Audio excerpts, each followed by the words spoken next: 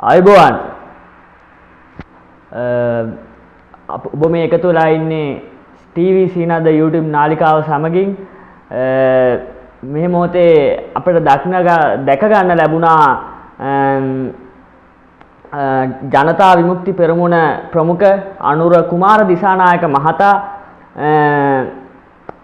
සුවිශේෂී වූ මාධ්‍ය හමුවක් හදිසියෙම කැඳවලා සුවිශේෂී සාකච්ඡාවක් සුවිශේෂී වූ හෙළිදරව්වක් කරනවා මේ මොහොතේ ඒ හෙළිදරව්ව සිද්ධ වෙමින් පවතිනවා ඔබට දැක ගන්න පුළුවන් තව සුළු මොහොතකින් ටීවී සීනද YouTube නාලිකාවෙන් අනුර කුමාර දිසානායක මහතා සියලු රාජපක්ෂවරුන්ගේ හොර රහස් හෙළි කරමින් පවතිනවා ඔවුන් අයථා ලෙස ඉපයූ මුදල් නැතහොත් කළු සල්ලි ඉපයූ ආකාරය ගැන කිසිදු දැනීමකින් තොරව එය එළියට දමමින් පවතිනවා අනුර කුමාර දිසානායක මහතා මේ ඒ සජීවීව මේ මොහොතේදී සියලු මාධ්‍යයන් සජීවීව විකාශනය වෙමින් පවතිනවා දූෂණ විරෝධී හඬක් ලෙස ඒ සම්මුඛ සාකච්ඡාව මේ මොහොතේදී පැවැත්වෙනවා තව සුළු මොහොතකින් අප YouTube නාලිකාවෙනුත් ඔබට ඒ දසුන් දැක ගන්න පුළුවන් මේ මොහොතේ සිට ඒ වීඩියෝ ඉදිරියට නරඹන්න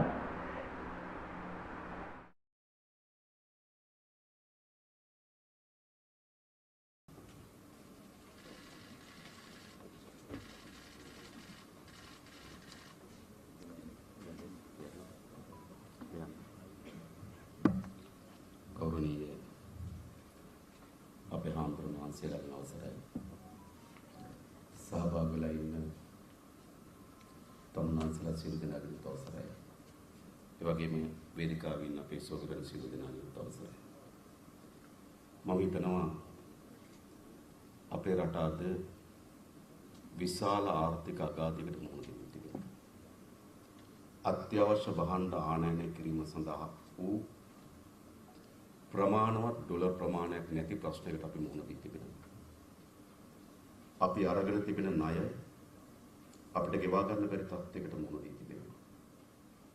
එනිසා රටක් හැටියට අපේ රටේ ආර්ථිකයේ විශාලතම බිඳ වැටීමකට අද අපි ජාතියක් හැටියට මුහුණ දීලා තිබෙනවා. මේ ආර්ථික බිඳ වැටීමේ පතුලේ තිබෙන කරුණු අතර අපි දිගින් දිගටම පෙන්වා දෙනු ලැබුවා මහජනයාගේ ධනය කෝටි ප්‍රකෝටි ගණන් මේ හිටපු පාලකයින් සවුන් වටා ගොඩ නැගෙන වලලු විසින් හොරකම් කොට ඇති බව. එනිසා අපි මේවා සරලව කිව්වා. රටක් දුප්පත් වී තිබෙනවා පාලකයන් පොහොසත් වී තිබෙනවා. රට දුප්පත් උනේ කොහොමද කියලා හොයාගන්න පුළුවන් කියලා අපි කිව්වා. පාලකයන් පොහොසත් උනේ කොහොමද කියලා හොයාගත්තා. මේක එදා අපි කුඩා කණ්ඩායමක් කිව්වා. ඒක යම් ප්‍රමාණයකින් වැඩි වීමෙන් විවිධ බහුජන සංවිධාන කිව්වා. හැබැයි අද රටක් හැටියට සියලු ජනතාව අද කියමින් ඉන්නවා අපේ රටේ මහජනයාගේ දේපල කෝටි ප්‍රකෝටි ගණන් හොරකම් කරපු පාලකයන්ගෙන් මේ යලි පවර ගන්න කියලා. ගෝල් ෆේස් පිටිය ඇතුළු රට පුරා තරුණයන් නැගිටලා කියන්නේ මොකක්ද? පාලකයන් ගෙදර යන්න විතරක් නෙවෙයි පාලකයන් හොරකම් කරපු දීපල යලි පවර ගන්න කියලා. ඒ නිසා අපිට යම් එක සතුටක් නෙවෙයි යම් අපි ගැන යම් ඇගීමක් අපිට තිබෙනවා. ඒ මොකද විටක තනියම විටක කුඩා කණ්ඩායම් විටක තව විවිධ සංවිධාන විසින් ඉදිරිපත් කරන ලද අදහස් අද රටේ සමස්ත ජනතාවම පිළි අරගෙන තිබෙනවා.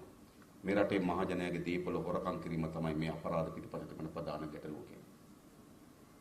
ඒ නිසා අපි මීට පෙර මේ කරුණු කිව්වට ඒ තරම් ප්‍රමාණයේ මේවා සමාජගත වුණේ නැහැ.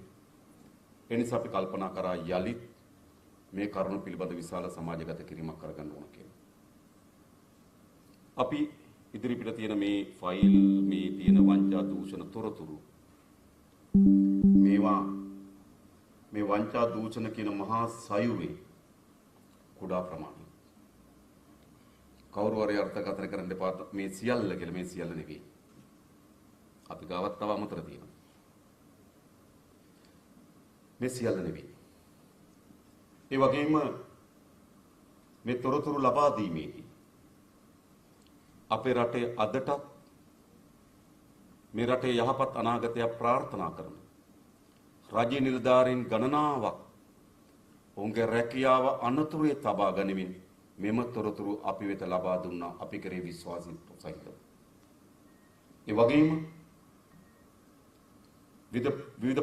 විවිධ විමර්ශන ආයතනවල නිලධාරීන් විටෙන් විට මේවා සිදු වෙන්නේ නැති වෙනකොට මේ පිළිබඳ තොරතුරු අපිට ලබා දුන්නා. අඩුම තරමේ ආණ්ඩුව මේවා කරන්නේ නැත්නම් ඕගොල්ලෝ මේවා රටට හරි කියන්න කියලා.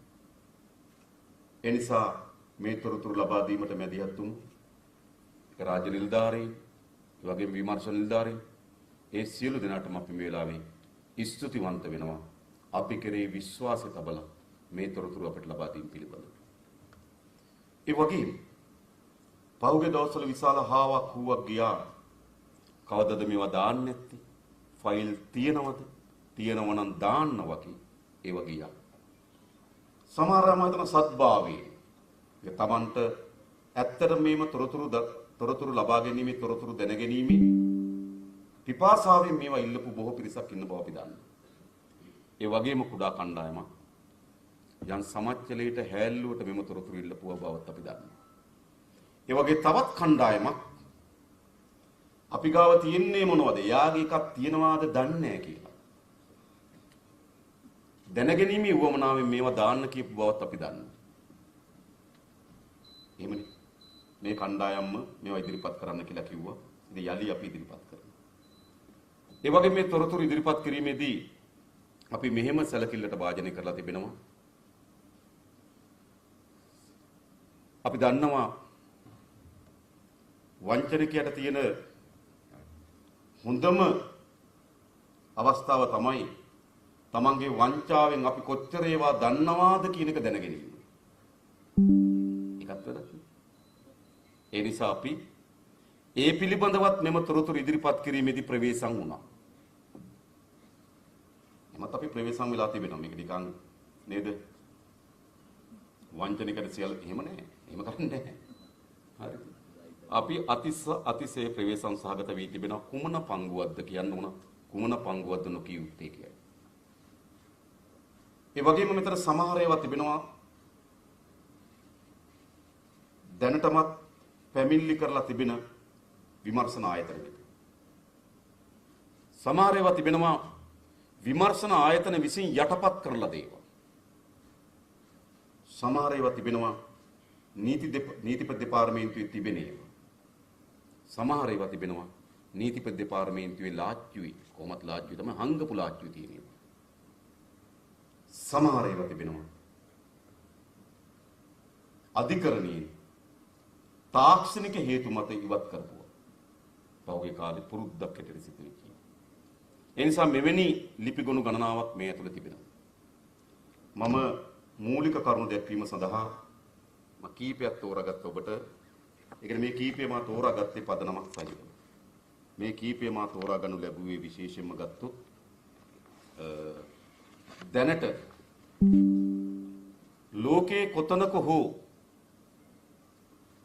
වංචා දූෂණ පිළිබඳව මාධ්‍ය වාර්තා කරනවා නම් වංචා දූෂණ පිළිබඳව යම් පර්යේෂණ ආයතනයක් ඉදින් පරීක්ෂණයක් කරනවා නම් මොකක් හරි එකක් ලංකාවෙත් අහු වෙනවා. මේකද සුලභ දසම. එනිසා ඒවා ලන්ඩන් මහා අධිකරණයේදී හෝ එක්සත් ජනපදයේ අපරාධ පරීක්ෂණ දෙපාර්තමේන්තුවෙන් හෝ එතන ඕස්ට්‍රේලියාවේ මාධ්‍ය සංවිධානය විසින් හෝ පැන්ඩෝරා හෝ නේද මෙවැනි කිසි දෙයකින් එළිදරව් වීමට පෙර අපි එළිදරව් කරන ලද දේ. හැබැයි අපි ස්තුතිවන්ත වෙනවා අපි විසින් එළිදරව් කරන දේ ජාත්‍යන්තර වශයෙන් මේවා යලි ශක්තිමත් කොට ස්ථීර කොට තිබෙනවා. එනිසා මා පළමුව ඔබට ඉදිරිපත් කරන්න ඒ ෆයිල් කීපය. මොනවද? අප ළඟ තිබෙන අප පැමිණිලි දමා තිබෙන විටින් විට අපි පාර්ලිමේන්තුවේ ඉදිරිපත් කරන ලද එහෙත් කිසිදු පරීක්ෂණ ක්‍රියාවලියක් ඉදිරියට නොගිය එහෙත් ජාත්‍යන්තරයේදී විවිධ අවස්ථාවල එළිදරව් වූ කරුණු මම එකින් එක ඔබට තෝරා ගන්නම්. ආරම්භයක් ලෙස විශේෂයෙන් ගත්තොත් ඔබ දන්නවා පහුගියදා ඇමරිකන් එක්සත් ජනපදයේ නඩුවක් ගියා ලංකාවේ ඇමරිකන් එක්සත් ජනපදයේ හිටපු තානාපති ජාලි වික්‍රමසූරිය පිළිබඳව. මේ ජාලි වික්‍රමසූරිය පිළිබඳ ගියපු නඩුව තමයි ලංකාව වෙනුවෙන් තානාපති කාර්යාලයක් මිලදී ගැනීමේදී ඔහු මුදල් වංචා කොට ඇති බව. මේ පිළිබඳව අපි පැමිණිල්ලක් කරලා තිබුණා විමර්ශන ආයතන වෙත. නඩුවක් වාර්තා කරලා තිබුණා. ජාලි වික්‍රමසූරිය අප ලබා පවුල පිටින් පැනලා ගියා. ජාලි වික්‍රමසිංහ යනු මහින්ද රාජපක්ෂගේ ඥාති සොහොයුරෙකි. එතකොට අද මේ මාසයේ ජාලි වික්‍රමසිංහගේ නඩුවේ අවසන් තීන්දුව ලබා දීමට නියමිතව තිබෙන එක්සත් ජනපදයේ ඒ පිළිබඳ සමස්ත වාර්තාව තිබෙනවා. ඒ කියන්නේ රජය විසින් ලබා දෙන ලද ඇමරිකානු ඩොලර් 6 මිලියන 6.25 ඒ කියන්නේ ඇමරිකන් ඩොලර් 62,50,000ක මුදලින් ඇමරිකානු ඩොලර් 33,20,000ක මුදලක් කොමිස් මුදල් ලෙස පෙන්වා අයථා පරියන්ද කිරීම පිළිබඳව චෝදනා. ඒ කියන්නේ ඇමරිකන් එක්සත් ජනපදයේ තානාපති කාර්යාලය මිලදී ගැනීම සඳහා වෙන් කරන මිලියන 6.2ක් ඒකෙන් ගහලා තියෙනවා මිලියන 3.3ක්. ඒ කියන්නේ 55ක් ගහලා තියෙනවා. මේ ඒ තොරතුරු අද ඇමරිකන් එක්සත් ජනපදයේ අධිකරණයේදී ඔහු පිළිගෙන තිබෙනවා එවැනි කොමිස් මුදලක් ගත්තු බවට. ඔහු පිළිගෙන තිබෙනවා අධිකරණයේ. හරිද? මේ අද අපේ රටේ ජනතාවගේ සල්ලි. ඊළඟ ඔයගොල්ලෝ දන්නා පහුගියදා පැන්ඩෝරා පේපර් හරහා එළියට ආවා. නේද? ඩොලර් මිලියන 160කට ආසන්න මුදලක් තිරුනඩේෂන් සහ නිරූපමා පවුලට හිමිකාරීත්වයේ තිබෙන බව. අපි දිගින් දිගට මතත් කියනවා. මේ තාපැහැදිලි. අපි දිගින් දිගට පෙන්වා දෙනු ලැබුවා තිරුනඩේෂන්ගේ නමින් තමයි බැසිල්ගේ ගොඩක් දේපල තිබෙන්නේ කියලා. ඒක සමහර අය මට කිව්වා මේක පාර්ලිමේන්තුවේ නැතුව එළිය කියන්නේ කියලා. එළිය අවස්ථා ගණනාව කිව්වා අදත් කියනවා. අදත් කියනවා. එළිය අවස්ථා ගණනාව කිව්වා අදත් කියන එහෙම තමයි තියෙන්නේ. ඔයගොල්ලෝ දන්නවා සුප්‍රසිද්ධ ගනුදෙනුවක් සිද්ධ වුණා ගින්නිල්වලා කියන ගනුදෙනුව. මේ ගින්නිල්වලා කියන ගනුදෙනුව ඇවිල්ලා අපි ඉන්නවා අමාත්‍යංශ ලේකම්වරු ගණනාව හිටපු අමාත්‍යංශ ලේකම්වරු. සාමාන්‍යයෙන් අපේ රටේ මැතිවරණයක් වෙලාවකදී මැතිවරණ ප්‍රකාශයට පත් කරාට පස්සේ සියලු අමාත්‍යංශවල මිලදී ගැනීම වියදම් අත්‍යවශ්‍යව හැර සියල්ල නතර කරනවා. එහෙම නේ අශෝක පිරිස් මහත්මයා. සාමාන්‍යයෙන් නේද? ඒ කියන්නේ මැතිවරණ ප්‍රකාශයට පත් කරාට පස්සේ අත්‍යවශ්‍ය ගනුදෙනු හැර සියල්ල නතර කරනවා.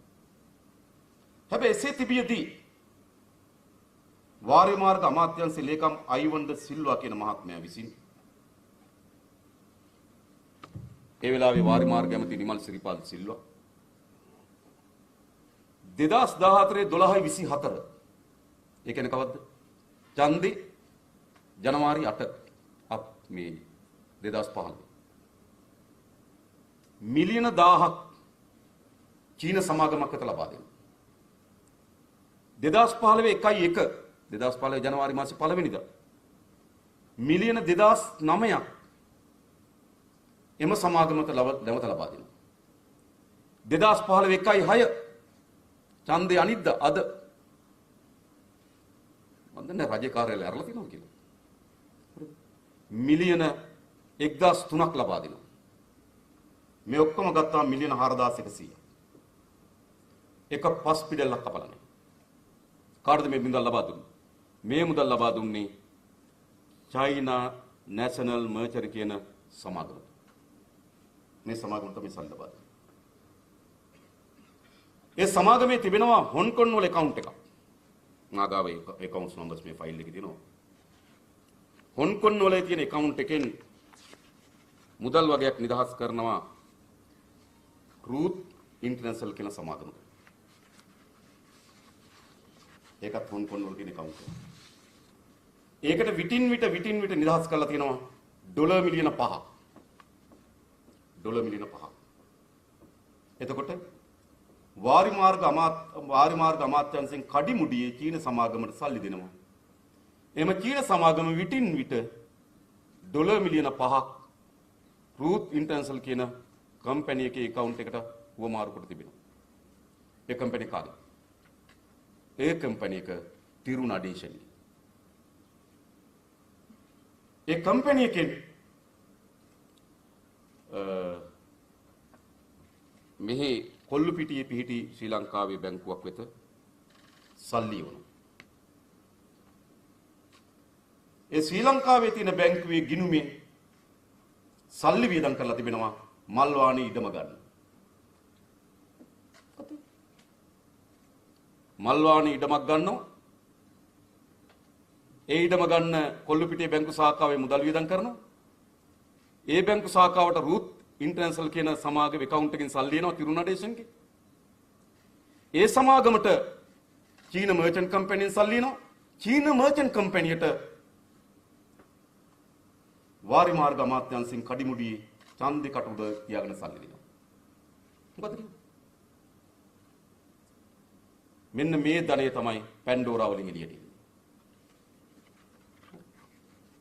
ඊළඟ ඔබලා දන්නවා පහුගිය දවස්වල ලන්ඩන් මහාධිකරණයේ නඩුවක් ගියා එංගලන්තයයි ප්‍රංශයයි ඇමරිකන් එක්සත් ජනපදයේ එකතු වෙලා පරීක්ෂණයක් කරා ප්‍රංශ එයාබස් සමාගම එක් රටවල් වලට එයාබස් මිලදී ගැනීම සඳහා බලපෑම් කරමින් වැඩිපුර මිලදී අරගෙන තියෙනවා කියලා පරීක්ෂණයක් ගියා ජාත්‍යන්තර පරීක්ෂණයක්. ඒ ජාත්‍යන්තර පරීක්ෂණයේ ලන්ඩන් මහාධිකරණ නඩුවක් ගොනුනා. මේක අපි මීට පෙර අවස්ථා ගණනාවකදී කිව්වා. මට මතකයි මම එක අවස්ථාවකදී කිව්වා මේ යාබස් මිලදී ගන්න එයා ලංකා අධ්‍යක්ෂ මණ්ඩලය රැස්ුනේ. ඒ කියන්නේ අපිත් ප්‍රංශ බස් සමාගමේ යාබස් අරගෙන ගිවිසුමක් අත්සන් කරනවා. ඒ යාබස් සමාගමෙන් අපි ගිවිසුම අත්සන් කරන්නේ අත්සන් කිරීමේ එකඟතාවයේ එයා ලංකා සමාගමේ අධ්‍යක්ෂ මණ්ඩල රැස්වීම තියන්නේ ඒ තීන්දුවගත් රැස්වීම තියන්නේ චමල්ගේ නිල නිවසේ බත්තරමුල්ලේ. මොකද ඔහුගේ පුතා එම අධ්‍යක්ෂ මණ්ඩලයේ සමාජිකයෙක්. මේකදී එකඟතාවයකට එනවා සාමාන්‍යයෙන් මිලදී ගන්න මාගාව තියෙනක වාර්තා දෙකක්. එකක් ලන්ඩන් මහාධිකරණයේ නඩු වාර්තාව තිබෙනවා. ඊළඟ ගත්තොත් විශේෂයෙන් ගත්තොත් මෙම බස් මිලදී ගැනීම සඳහා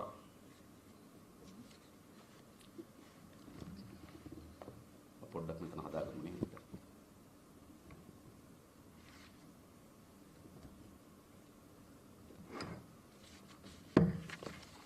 මෙම බස් මිලදී ගැනීම සඳහා එයා බස් මිලදී ගැනීම සඳහා එකඟතාවයක්. එයා බස් තමයි ඒ 330 වර්ගයේ යාන 6ක් ඒ 350 වර්ගයේ යාන 4ක් සහ ඒ 350 යාන 4ක් කල්බදු ක්‍රමයට ලබා ගන්න. එනේ ඒ 350 ගුවන් යාන 4කුත් ඒ 330 ගුවන් යාන 6කුත් ඒ 350 ගුවන් යාන 4ක් කල්බදු ක්‍රමයටත් මිලදී ගන්න. ඒ කියන්නේ ගුවන් යාන 14ක්. මේකේ සමස්ත මිලදී ගැනීම ඩොලර් බිලියන 2.2. ඩොලර් බිලියන 2.2 මතක බලන්න. ලංකා ඉතිහාසයේම සිදු වී තිබෙන විශාලතම මිලදී ගැනීම. සාමාන්‍ය විශාලතම ඉදිකිරීම තිබුණේ හම්බන්තොට වරාය ඩොලර් බිලියන 1.3යි. ඒක තමයි ලොකුම ටෙන්ඩර් එක. ලංකාවේ ලොකුම මිලදී ගැනීම තමයි මේ අය බස් ගන්න දුන්නේ. මේ මිලදී ගැනීම සඳහා මා කලින් කිව්ව අධ්‍යක්ෂ මණ්ඩල රැස් වෙන්නේ කතානායකවරයාගේ නිල නිවසේදී. මේ මිලදී ගැනීමේදී එකඟතාවයකට එනවා මේ විදිහට.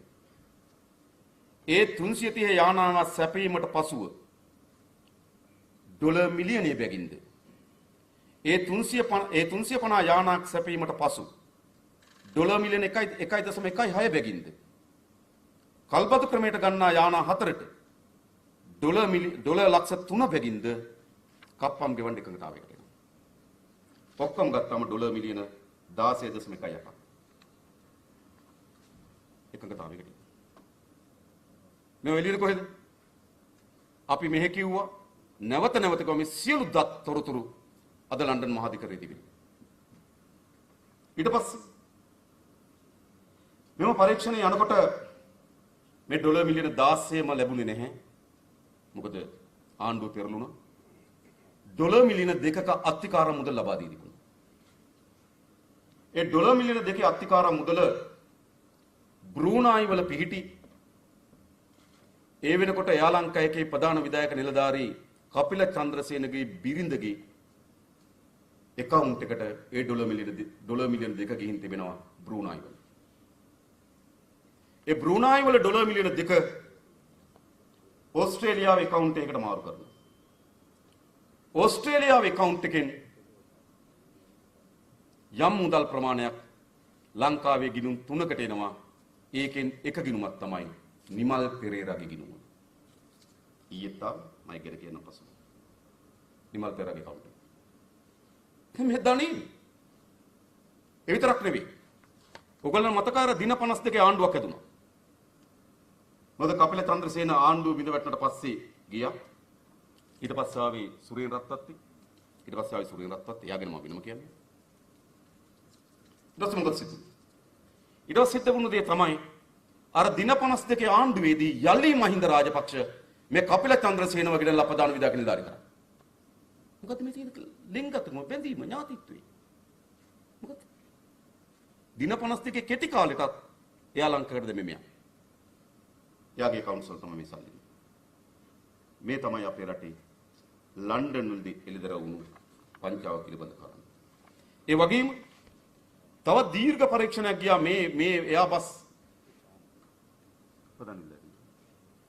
නැවත විශාල පරීක්ෂණයක් විශාල උත්සාහයක් දරුවා යහපාලන කියන ආණ්ඩුව මෙම එයාබස් ගිවිසුම කැන්සල් කරා.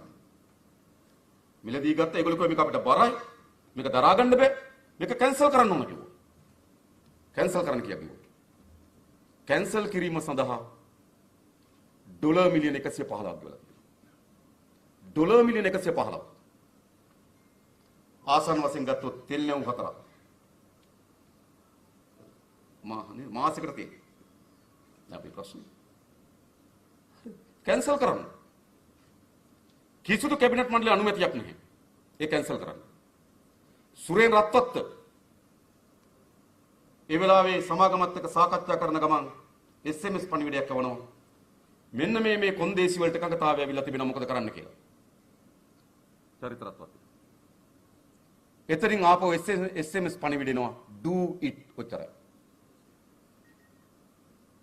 ඔන්න රටේ ගනුදෙනු සිද්ධ වෙච්චි. එතන ඩොලර් මිලියන 115ක්. ඒකේ සමස්ත විස්තරයද අප සතුව තිබෙනවා. ඒ වගේම ඔබ දන්නවා ඊයේ දිනේදී ඔබ දන්නවා ඕස්ට්‍රේලියාවේ ඖෂධ සමාගමක් වෙත හම්බන්තොට වරායේ හම්බන්තොට මහරෝහලේ වෛද්‍ය උපකරණ සහ යටිතල පහසුකම් ලබා දීම වෙනුවෙන් ඩොලර් මිලියන 15යි ගණනක් ඒ සමාගම අරන් තිබෙනවා. හැබැයි ඒව නිසි පරිදි යොදවන්නේ නැති බව පරීක්ෂණයක් මාධ්‍යවේදී විසින් දරුවක් කරා. ඊට පෙර අපේ වසන්ත සමරසිංහ සහෝදරයා පැමිණිල්ලක් දැම්ම අපරාධ පරීක්ෂණ දෙපාර්තමේන්තුවට FCID එකට පැමිණිල්ලක් දැම්මා. කොටුවේ අර ටෙලිකොම් එක ඉදිරිපිට තියෙන අක්කර 4යි පර්චේස් විස්ස 4 අක්කර 4මාරක් අතර භූමියක් ක්‍රිස් කියන සමාගමකට පවරා දුන්නා හොටෙල් සංකීර්ණයක් ඉදි කරන්න. ඔබට මතක ඇති ඒ කාලේ ලොකු සාකච්ඡාවක් ගියා. අර මන්දනා ඉස්මායිල් කියන මාධ්‍යවේදිනිය පැහැර ගන්න යන්න ආවේ එම ක්‍රිස් ගනුදෙනුවේ සමහර තොරතුරු ඈගාව තිබෙනවා. ඒ සඳහා කියලා ලොකු රාවයක් ගියා මතක ඇති. 2014 වගේ වකවාන. ඔන්න ක්‍රිස් ගනුදෙනුව පිළිබඳව අපේ වසන් සමරසිංහ සහෝදරයා පැමිණිල්ලක් කළා. ඒ පැමිණිල්ලට අනුව විමර්ශනයක් ක්‍රියාත්මක වුණා. ඒ විමර්ශනයේදී තමයි සිංගප්පූරු වල පිහිටි account එකකට සල්ලි මාරු වී තිබෙන බවත් අර ඖෂධ සමාගමෙන් එතෙන්ට සල්ලි එවා තිබෙන බවත් ඒ සල්ලිත් නිමල් පෙරගේ account එකට ඇති වී තිබෙන බවත් ක්‍රිස් එකේ සල්ලිත් නිමල් පෙරගේ account එකට ගොස් තිබෙන බව නැක්කම විතර වී තිබෙනවා. මා හිතන්නේ පිළිබඳව වැඩි විස්තර ඒක තියෙනවා සම්පූර්ණ හම්බන්තොට රෝවල සහ සම්පූර්ණ විස්තර අපේ වසන් සමරසිංහ සෝදරය පිළිබඳව වඩාත් විස්තර දන්නවා. ඒ පිළිබඳව තොරතුරු අපි ගාව තිබෙනවා. ඊළඟ ප්‍රධානම ප්‍රශ්නේ තමයි පෞද්ගලික කාලේ සිද්ධ වුණු ඒක තමයි අපේ රටේ සිද්ධ වුණු තාමත් බරපතල අපේ අමාත්‍යාංශයේ ලේකම්වරු ඉන්නවා. මේගොල්ලෝ දන්නවා. අපේ රටේ මිලදී ගැනීම සහ ඉදිකිරීම පිළිබඳව සාමාන්‍යයෙන් තිබුණා ඒවා කරන්නේ කොහොමද කියලා රෙගියුලේෂන් තිබුණා. ඒ කියන්නේ නැෂනල් ප්‍රොකියුමන්ට් ඒජන්සි එකක් තිබුණා. ජාතික ප්‍රසම්පාදන ඒජන්සියක් ආයතනයක් තිබුණා. මේ ආයතන විසින් තමයි මේ ප්‍රසම්පාදන ක්‍රියාවලිය කරේ. හැබැයි 2011 දී මේ ප්‍රසම්පාදන ක්‍රියාවලිය වෙනස් කරා. මේ ප්‍රසම්පාදන ක්‍රියාවලිය වෙනස් කරලා අපේ රට අලුතින් ඇතුල් කරනවා unsolicited කියන සංකල්පය. ඒ කියන්නේ කැමැත්ත ප්‍රකාශ කරලා යෝජනාවක් අරගෙන ඉන්න පුළුවන්. මුකුත් ඕනේ. ඔබට පුළුවන් ව්‍යාපෘතියක් හොයාගෙන සල්ලි හොයාගෙන ගිහිල්ලා ආණ්ඩුවට කියන්න මෙන්න මේ ව්‍යාපෘතිය කරමු මෙන්න සල්ලි. ඒ කියන්නේ අපේ අවශ්‍යතාවයන් සඳහා වෙනද අපේ ටෙන්ඩර් පටිපාටියදී කරන්නේ අපිට අවශ්‍ය වෙන ව්‍යාපෘතිය තෝරාගෙන අපි අවශ්‍ය ව්‍යාපෘතිය වෙනුවෙන් ටෙන්ඩර් කැඳවනවා. ඒක තමයි සාමාන්‍ය ක්‍රියාවලිය. හැබැයි 2011න් පස්සේ ක්‍රියාවලිය දියත් වුණා අවශ්‍යතාව නෙවෙයි ඒජන්සියකට පුළුවන් නැවිල්ලා මෙන්න අපි හම්බන්තොට වරාය හදන්න සැලසුම් කරලා තිබෙනවා. මෙන්න යන මුදල මෙන්න අපි යන මුදල හොයාගන්න ආකාරය මෙන්න ඇස්තමේන්තු මුදල කියලා ඉල්ලීමක් කරන්න පුළුවන්. අපේ රටේ ගොඩාක් ව්‍යාපෘති අපි හදන ලද ජාතික ආර්ථික සැලැස්මකට අනුව සිදුවෙච්ච ඒවා නොවේ. 2011න් පස්සේ සිදු ගොඩාක් ව්‍යාපෘති 90ක් ව්‍යාපෘති මේ විදිහට කැමැත්ත ප්‍රකාශ කිරීම හරහා ඇති කරන ව්‍යාපෘති. ඒවා අපිට ඵලදායීතාවයක් තිබෙනවද? ඒවා අපිට ඒ වියදම හරිද කියලා පරීක්ෂණයක් කරන්නේ නැහැ. ඒ සඳහා ස්ටෑන්ඩින් කැබිනට් අපොයින්ට්මන්ට් රිවිව් කමිටි එකක් පත් කරා අමාත්‍යංශ ලේකම්වරුන් 7 දෙනෙක්. ඒ 7 දෙනාත් එක තමයි මේ සාකච්ඡාව යන්නේ. පහුගිය කාලෙ වෙනකොට ඒ ආයතන ඒ සඳහා ඇවිල්ලා තිබුණා යෝජනා 298ක්. මේ යෝජනා 298න් යෝජනා 62ක් අනුමත කරා. අනිත් ඒවා ප්‍රතික්ෂේප කරා. ඇයි? ඔවුන් බලන මේ ශක්්‍යතාවයේ යුතුද? මේක අපිට අවශ්‍ය ව්‍යාපෘතියක්ද? මා කියන්නේ මිලදී ගැනීමේ ක්‍රමවේදයකට නරකම නැහැ. ටෙන්ඩර් පටිපාටිය පිළිබඳව අපිට චෝදනාවක් තිබෙනවා. හැබැයි අපිට පුළුවන් සත්භාවයෙන් නම් අපි කරන්නේ. කෙනෙක් ගෙනල්ලා රයිට් ඔයාගේ ඉන්නේ මොකද්ද? හොඳද? පොලි අනුපාතික කොහොමද? අපිට ශක්්‍යතා අධ්‍යයන පරිසර අධ්‍යයන වාර්තා කොහොමද? මේකේ ප්‍රතිඵලදායක තියෙනවද කියලා අපි සාකච්ඡා කරලා එකඟතාවයකට එන එක. සත්භාවයෙන්. නරක ව්‍යාපෘතියකුත් නෙවෙයි. හැබැයි මොකද සිදුවී තිබෙන්නේ? අර ප්‍රතික්ෂේප කරලා ඒ වගේ අපේ රට අලුත් සංකල්පයක් හැදුනා. කැබිනට් මණ්ඩලයේ අනුමැතිය හරහා ඕන එකක් කරන්න පුළුවන්. ඕන එකක් කරන්න බෑ. දැන් සංකල්පයක් තියෙනවා. මම දැන් ගොඩක් තැන්වල කියලා මේ කැබිනට් මණ්ඩලයේ අනුමැතිය තියෙනවනේ. ඒ කැබිනට් මණ්ඩලයේ අනුමැතිය බ කියලා මොකද කරන්නේ? කැබිනට් මණ්ඩලයට එවැනි අනුමැතියින් කරන්න පුළුවන්කම තිබෙන හදිසි මිලදී ගැනීම සඳහා. එමුනා සුකුමත් හදිසි මිලදී ගැනීම සඳහා. සුනාමියක් එනකොට හදිසියේ කූඩාරම් ටිකක් අවශ්‍ය වෙනවා නිවසියන්. අපි ඒ වගේ වෙලාවට කැබිනට් එකකින් අප්‍රූවල් එකක් ගන්නවා. නිසි මිලදී ගැනීමේ පටිපාටි අනුගමනය කරොත් අපිට ඒකට බහන්න සපයා ගන්න බැරි වෙන නිසා. හැබැයි මෙතන සිද්ධ වෙන්නේ එහෙම නෙවෙයි. මේ කිසිවක් හදිසි මිලදී ගැනීම නෙවෙයි. මේක ASCII තමයි අපේ රටේ මහජනයාගේ ධනෙ කෝටි ප්‍රකෝටි ගණන් ගලාගෙන ඉපු මාවත. මාගාව තිබෙනවා මේ ව්‍යාපෘති 51ක්. මේ ව්‍යාපෘති 51ම ඒ විදිහට ආපු ව්‍යාපෘති. මම උදාහරණයකට කිව්වොත් නැගෙනහිර දුම්රිය මාර්ගය නැවත ගොඩනැගීම. ඕස්ට්‍රේලියාවේ යුනික්‍රෙඩිට් බැංකුව යුරෝ මිලියන 9.8යි. ඒකත් ඒ විදිහට කැබිනට් එකෙන් අනුමත කළ දීප එක. දුම්රිය බලවේග කට්ටල 13ක් මිලදී ගැනීම. ඩොලර් මිලියන 102යි. ඒකත් ඒ විදිහට දීප එක. මාතර කතරගම දුම්රිය මාර්ගයේ මාතර බෙලියත්ත කොටස ඉදිකිරීම. ඩොලර් මිලියන 278යි. ඒකත් ඒ විදිහට දීප එක. ආපදා කළමනාකරණ හදිසි ප්‍රතිචාර ප්‍රවර්ධන කිරීමේ වැඩසටහන. අය කමක් නැහැ කිව්වේ. ආපදා කළමනාකරණ ආපදාව. කිරි දෙනුන් ආනයනය කිරීම. ඒකත් එහෙම. හදිසි පැටව ගහයිද දන්නේ ඊට කලින් කියලා. ඩොලර් මිලියන 12.9. ඒක වෙනම වාර්තාවක් තියෙනවා. මේ කිරි දෙනුන් අරගෙන මොකක්ද මේ කියලා වෙනම ෆයිල් එකක් තියෙනවා. පුත්තලම ගල්ලංගුරු බලාගාරයේ 1 2 3 ආදියර ඩොලර් මිලියන 1346යි. ඒ ඔක්කොම එහෙම සිද්ධ වුණා. මේ සමස්තයකට මේ සමස්ත එකතුව ඩොලර් මිලියන 7918යි. යුරෝ මිලියන 455යි. පවුන්ඩ් මිලියන 45යි. ඉතින් ඩොලර් මිලියන 8000කට ආසන්න ප්‍රමාණයක්. පවුන්ඩ් මිලියන 45කට ආසන්න ප්‍රමාණයක්. යුරෝ මිලියන 455කට ආසන්න ප්‍රමාණයක්. මෙන්න මේ විදිහට තමයි ගනුදෙනු සිදු වෙන්නේ. විගණන දෙපාර්තමේන්තුව විසින් එක ගනුදෙනුවක් ඒ පිළිබඳ අධ්‍යයනය කරලා තිබුණා කටුනායක හයිවේ එක.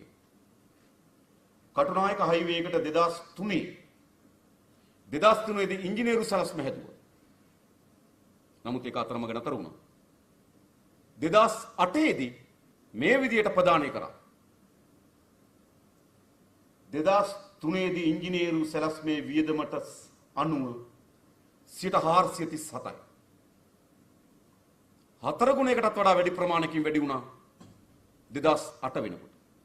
සාමාන්‍ය 2003 ඉඳන් 2008 වෙනකොට සාමාන්‍යයෙන් වැඩි වී හැකි උපරිම උනොත් දෙගුණයකි අවුරුදු 5ක. සාමාන්‍ය කෙනෙක්. මේ කාලේ නම් වෙනස් නේ උද්දමනේ කුඩක් නේද? නම් සාමාන්‍ය ගත්තොත් අවුරුදු 5කට දෙගුණයක් වැඩි වෙන්නේ නැහැ. හැබැයි අපි හදපු සැලැස්මත් එක්ක අපේ ඉංජිනේරුවන් දේශීය සැලසුම්කරුවන් විසින් සකස් කරපු මිල එක සංසන්දනය කරලා බලනකොට 437ක වැඩිවීමක් තියෙනවා 2018 කටුනායක හයිවේ එක දෙනකොට. ඒක වෙන්න බෑ. ඒ කියන්නේ මොකක්ද? ඒකෙන් හරි අඩකට වඩා මුදල් අපතේ ගලාගෙන ගොස් තිබෙනවා. ඒ නිසා ඒ පිළිබඳව මම කියන්නේ හැදුවේ මේක තමයි බරපතල ප්‍රශ්නේ. ඩොලර් මිලියන 7900 ගන්නකුත් යුරෝ මිලියන 455කුත් පවුන්ඩ් මිලියන 45කුත් මේ විදිහට ගනුදෙනු කරලා තිබෙනවා. එතකොට මේක තමයි ප්‍රධානම මා දැන්ට එළිදරව් වෙමින් තිබෙන බරපතල කරුණු. හැබැයි මෙතනදලා ෆයිල් ගණනාවක් මීටත් වඩා වැඩි ඒවා තිබෙනවා. මා මේ කලින් කිව්වේ ජාත්‍යන්තරේ ඊට අමතරව තව ජාත්‍යන්තර එකක් එළිදරව් වුණා මේතකදී. සුබේරු කියන ඇමරිකන් එක්සත් ජනපදයේ CIA නියෝජිතයා අත්අඩංගුවට ගත්තා. ඔව් ඩොලර් මිලියන 12 ගණනක් උපයාගත්තේ කොහොමද කියලා උට පැහැදිලි කරන්න බැරුව. ඔව් දැන් අවුරුදු 12කට හිරේ ඉන්නේ. ඇමරිකන් එක්සත් ජනපදයේ CIA නියෝජිතයා අවුරුදු 12කට හිරේ ඉන්නවා. එයාගේ ගිණුම් පරීක්ෂා කරගෙන යනකොට අජිත් කුමාර් කබ්‍රාල් මහ බැංකුවේ අධිපතිවරයා හැටියට ඔහුට ගෙවලා තියෙනවා ඩොලර් මිලියන 6.5. ලංකාවේ ප්‍රතිරූපේ ඉහළ නැන්වීම වෙනුවෙන් එක්සත් ජනපදයේ. ඔහුත් හිරේ. හරනම් කබ්‍රාලුත් හිරේ යන්න ඕන. නීතිය නම්. නමුත් එහෙම වෙන්නේ. එතකොට මොකද උනේ? එහෙ පරීක්ෂණයේදී එළිදරව් වුණා. එහෙ පරීක්ෂණයේදී එළිදරව් වුණා. සුබේරු පිළිබඳ පරීක්ෂණ ඉස්සරහට යන එළිදරව් වුණා. එයාගේ ගිණුම් පරීක්ෂා කරන එළිදරව් වුණා. මොකද්ද? අජිත් නිවාඩ් කබ්‍රාල් මහ බැංකුවේ අධිපතිවරයා ලෙස ඩොලර් මිලියන 6.5ක් සුබේරුට ගෙවා තිබෙන බවත් ඇමරිකන් එක්සත් ජනපදයේ කියනවා ඒවා ලංකාවේ ප්‍රතිරූපයේ ප්‍රවර්ධනය කිරීම සඳහා යොදවා නැති බවත්. එකක් කියන මේ පරීක්ෂණයේදී. හරිනම් මේවා කරන්න ඕන මෙහි නේද? ඒ නිසා හරි පැහැදිලි. අද ජාත්‍යන්තරයේ කොතනද එකක් එළිදරව් වෙන්නේ? පැන්ඩෝරා පේපර්ස්, පැනමා පේපර්ස්, ලන්ඩන් මහාධිකරණයද, ඕස්ට්‍රේලියාවේ මාධ්‍යවේදීන්ද නේද? එක්සත් ජනපදයේ තානාපති කාර්ය මිලදී ගැනීමද, එක්සත් ජනපදයේ CIA නියුත්තේ අත්අඩංගුවට ගැනීමද, මේ ඔක්කොගෙම අපේ රටේ ඉහළ දේශපාලනඥයන් සහ රාජ්‍ය නිලධාරීන් කණ්ඩායමක් අත්අඩංගුවට පත් වී තිබෙන එළිදරව් වී තිබෙනවා. මේ සියල්ල මේ දේශපාලන රැකවරණ සහිතව සිදු වූදී. ඒ වගේම මම අවසන් වශයෙන් කියන්නේ තව මේක වැඩක් තියෙනවා. මම හිතුවේ මෙහෙම මේ ඔක්කොම කියන්න බෑ. එක එක්කෙනාට අවිල එක එක ෆයිල් එක අරන් දෙන්න. මම ඒක එක කියන්නේ. මොකද හිතන්නේ? මම්ම තෝරාගෙන කියනකොට වඩා හොඳයි නේ? ඈ? හරිද? ඉතින් කාට හරි ඇවිල්ලා ෆයිල් එකක් තෝරලා දෙන්න. ඒ ෆයිල් එකේ මොකද්ද තියෙන්නේ කියලා අපිට පැහැදිලි කරන්න පුළුවන්. මොකද දන්නවද?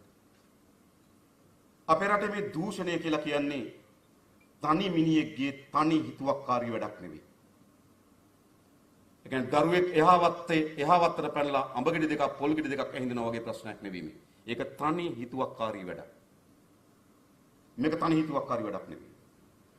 මේක රාජ්‍ය යාන්ත්‍රණයක ආශිර්වාදයේ සහිතව ජනතාවගේ ජනවාරමය බලය ජනතා පරමාධිපත්‍ය සහිත පාලන බලයට පත් වූ කණ්ඩායම තමන්ගේ රැකවරණ සහිතව දියත් කරන මහා පරිමාණ විනාශකාරී ක්‍රියාවලිය.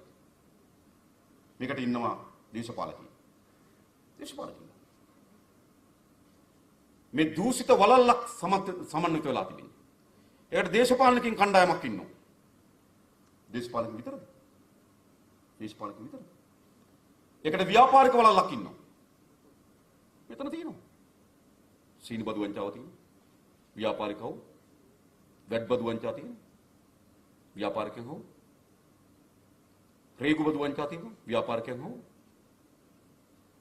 දේශපාලන වලල්ලක් වගේම ව්‍යාපාරී ඉතාමත් මා කියන්නේ අපේ රටේ කර්මාන්ත කරන අපේ රටේ නිෂ්පාදනය කරන ව්‍යාපාරිකයන් වේ ඩීල් කරුවන් අතලොස්සක් ඉන්නවා. ඩීල් කරුවන් අතලොස්සක්. එතකොට මේ වලල්ල එක පුරුක. ඊළඟ මේ වලල්ලේ ඉන්නවා අපේ 2400ක් වන පරිපාලන සේවයෙන් 50ක වගේ පිරිසක් මේ වලල්ල තුල ඉන්නවා. එතකොට මේක රාජ්‍ය පරිපාලනයේ කණ්ඩායමක් මේ දූෂිත වලල්ලේ ඉන්නේ. ඔවුන් පිළිබඳව මේක විස්තර දෙනවා. සමහර ලේකම්වරු සමහර අධ්‍යක්ෂකවරු දැන් මම කලින් කිව්වා අයිවන් සිල්වා ලේකම්වරු ඉතින් ඒ පිළිබඳව තොරතුරු ඊළඟ මේ දූෂිත වලල්ලේ ඉන්නවා විමර්ශනය කරන කණ්ඩායමේ කොටසක් 84000ක් වන පොලිසියෙන් කුඩා ප්‍රමාණය 50ක 60ක කුඩා 14ක් මේ දූෂිත වලල්ලේ කොටස් කරුවා. ඊළඟ මේ දූෂිත වලල්ලේ ඉන්නවා යම් මාධ්‍ය හිමිකරුවන්. ඔවුනුත් මේ දූෂිත වලල්ලේ කොටසක්. ඒක ඇත්ත. මට වඩා මාධ්‍ය විද්‍යාවුන් දන්නවා ඒක. දූෂිත වලල්ලේ කොටස. තව අපි කැමති වුණත් අකමැති වුණත් යථාර්ථය නම් නීතිය මොකද්ද? අධිකරණයට නඩු ගොනු කරන හා නඩු වග විභාගයට ලක් කරන තැන්වලත් මේ දූෂිත වලල්ලේ කොටසක් ඉන්නවා. ඇත්ත මේක. නේද? මම ප්‍රවේශමෙන් වචනේ පාවිච්චි කරන්නේ. හරිද? ඔයගොල්ලෝ තේරෙනවද මොකද කියන්නේ කියලා? මේක තමයි දූෂිත වලල්ල. તો දේශපාලන අධිකාරිය ආණ්ඩුවක් මාරු වුණාම මොකද වෙන්නේ? දූෂිත වලල්ල චුට්ටක් හෙල්ලෙනවා. චුට්ටක් හෙල්ලෙනවා. හෙල්ලිලා අලුත් කණ්ඩායමක් කියලා ස්ථාවර වෙනවා. ව්‍යාපාරික වලල්ල මොකද වෙන්නේ? එක චුට්ටක් හෙල්ලෙනවා. හිටපු අය ටිකක් එළියට වැටෙනවා. අලුත් ටිකක් ඇතුල් වෙනවා. හිටපු අයමත් ඉන්නවා. බලන්න හොඳ කල්පනා නම් ගම් එක කියන්න පුළුවන්. ඒ දූෂිත වලල්ල නැවත ශක්තිමත් වෙන මාස දෙකක් ඇතුළත. ඒ නිසා තමයි ජනවාරි මාසේ 8 වෙනිදා 2015 මෛත්‍රීපාල මහත්තයා ජයග්‍රහණය කරාට පස්සේ ජනවාරි මාසේ 9 වෙනිදා මෛත්‍රීපාල සිරිසේන මුණ ගැහෙනවා ඇවන්ගාඩ් මුදලාලි. වජිර අභිවර්ධන එක්කයි යන්නේ. අරක චුට්ටක් හෙල්ලෙනවා ආයේ සමහර අයකින් සමන්විත වෙනවා. ඒ වලල්ල හැදෙනවා. ඊළඟට රාජ්‍ය නිලධාරී චුට්ටක් හෙල්ලෙනවා. සමහර අය මොකද කරන්නේ? සාමාන්‍ය කතාවක් තියෙන ටයි එක මාරු කරනවා. මේ හරි ජනප්‍රිය කතාවක්. ආයේ ඒකත් අර දූෂිත වලල්ලේ ආයේ දූෂිත වලල්ල කණ්ඩායම සම්බන්ධ. ආරක්ෂක නීති විසඳන මේ හැමතැනම මොකද වෙන්නේ? චුට්ටක් හෙල්ලෙනවා. ආයේ මොකද වෙන්නේ? අරකට එක ස්ථාවර වෙනවා. ඒ නිසා අපි හුදු ආණ්ඩු පෙරලියකින් පමණක් මේ දූෂිත වලල්ල පරාජයටපත් කරන්න බෑ. හුදු ආණ්ඩු පෙරලියකින් විතර කරන්න බෑ. මේකට අවශ්‍ය වෙනවා වංචා දූෂණ වලට එරෙහිව ප්‍රබලතම මහජන ව්‍යාපාරය කරා පමණයි මේ දූෂිත වලල්ල පොඩිපට්ටම් කළ හැකි වන්නේ. එහෙම නැතුව බෑ. මේක දූෂිත වලල්ල තාප්පයක් කීන මාස පාකාරය. නේද? ගලක් දෙකක් ගැලවෙනවා ගලක් දෙකක් හයි වෙනවා. ආයෙ ගලක් දෙකක් ගැලවෙනවා ගලක් දෙකක් හයි වෙනවා. ඒ දූෂිත තාප්පේ ඒ විදිහටම තියෙනවා. මේ පොඩිපට්ටම් කරන්න ඕන. මහජනයාගේ ධනය කෝටි ප්‍රකෝටි ගණන් නැති කරලා අද දරුවට කිරිපි පැකට් එකක් නැතුව. අද අපේ රටේ පෝලිං වල 8ක් 10ක් මිය ගියා. මේ දූෂිත වලල්ල දඬුවම් දෙන්න ඕනේ නැද්ද? අන්නේ දූෂිත වලල්ලත් එක්ක හැප්පෙන්න පුළුවන්කම තිබෙන්නේ අපි හැමදාම කියනවා දූෂිතයෙකුට දඬුවම් දී හැකි වන්නේ අදූෂිත ව්‍යාපාරයකට විතරයි. අන්න අපි ඒක ගොඩ නගනවා. දූෂිතයෙකුට තව දූෂිතයෙකුට දඬුවම් දෙන්න බැහැ.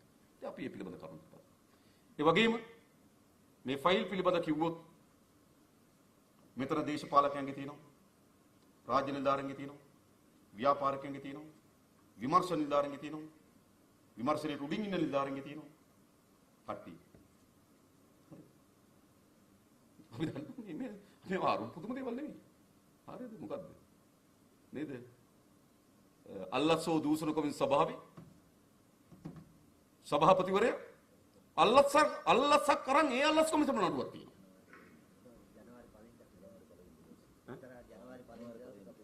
ජනවාරි 1 වෙනිදා දාපු නඩුව පැමිණිල්ලක් අපිට. ඒ කියන්නේ අල්ලස්සෝ දූෂණ කොමිස් සභාවේ සභාපතිවරයා නමත් අවශ්‍යයි. බාලපට වෙන්නේ. ඔහු වාහනයක් එකලස් කිරීමේ නිදහස් කිරීම වෙනුවෙන් ඔහු වාහනයක් පගාවට අරගෙන ඒක පිළිබඳ නඩුවක් ඔහුට තියෙන පැමිණිල්ලක් ඒකේ අල්ලස් කොමිසිය. වටකල සහෝදරය අපේ සුනිල් හඳු සහෝදරය පැමිණිල්ල දෙන්නේ. ඉතින් මෙහෙමයි වෙලා තියෙන්නේ. හරිද? ඒ නිසා අපේ රට මේ දූෂණයේ වංචාවේ ගොදුරක් බවට පත් වෙච්ච අහිංසක දූපතක්. ඒ නිසා මේකට විරුද්ධව අපි හැප්පෙන්න ඕන. ඒ නිසාම අවසන් වශයෙන් ඔබට තවත් දීර්ඝ කතා කරන්න නැතුව ඔබට අවස්ථාව. මේකේ තියෙනවා අපි තෝරාගත්තු විදියක් තියෙනවා ටිකක් මේ උඩම තියෙන ටිකක් ලොකු වගේ ඒවා. නැත්නම් ඈ? ඔව් මේ වගේ ටිකක් ගොඩක් තියෙනවා. ඒ කියන්නේ මේ ගොඩක් තියෙනවා නේද? කිසි ගන්නක් තියෙනවා.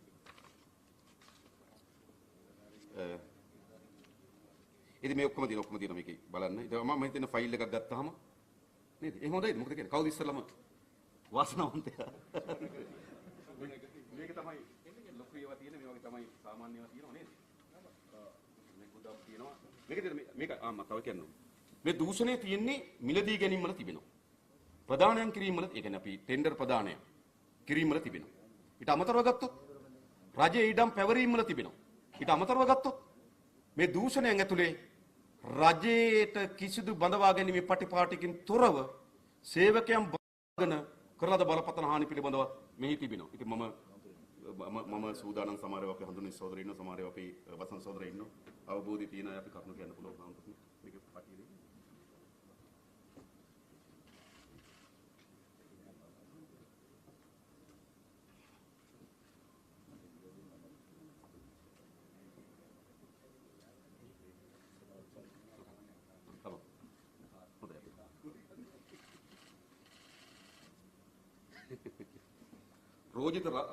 යෝසිත රාජපක්ෂගේ ඉඩම් ලැයිස්තුව.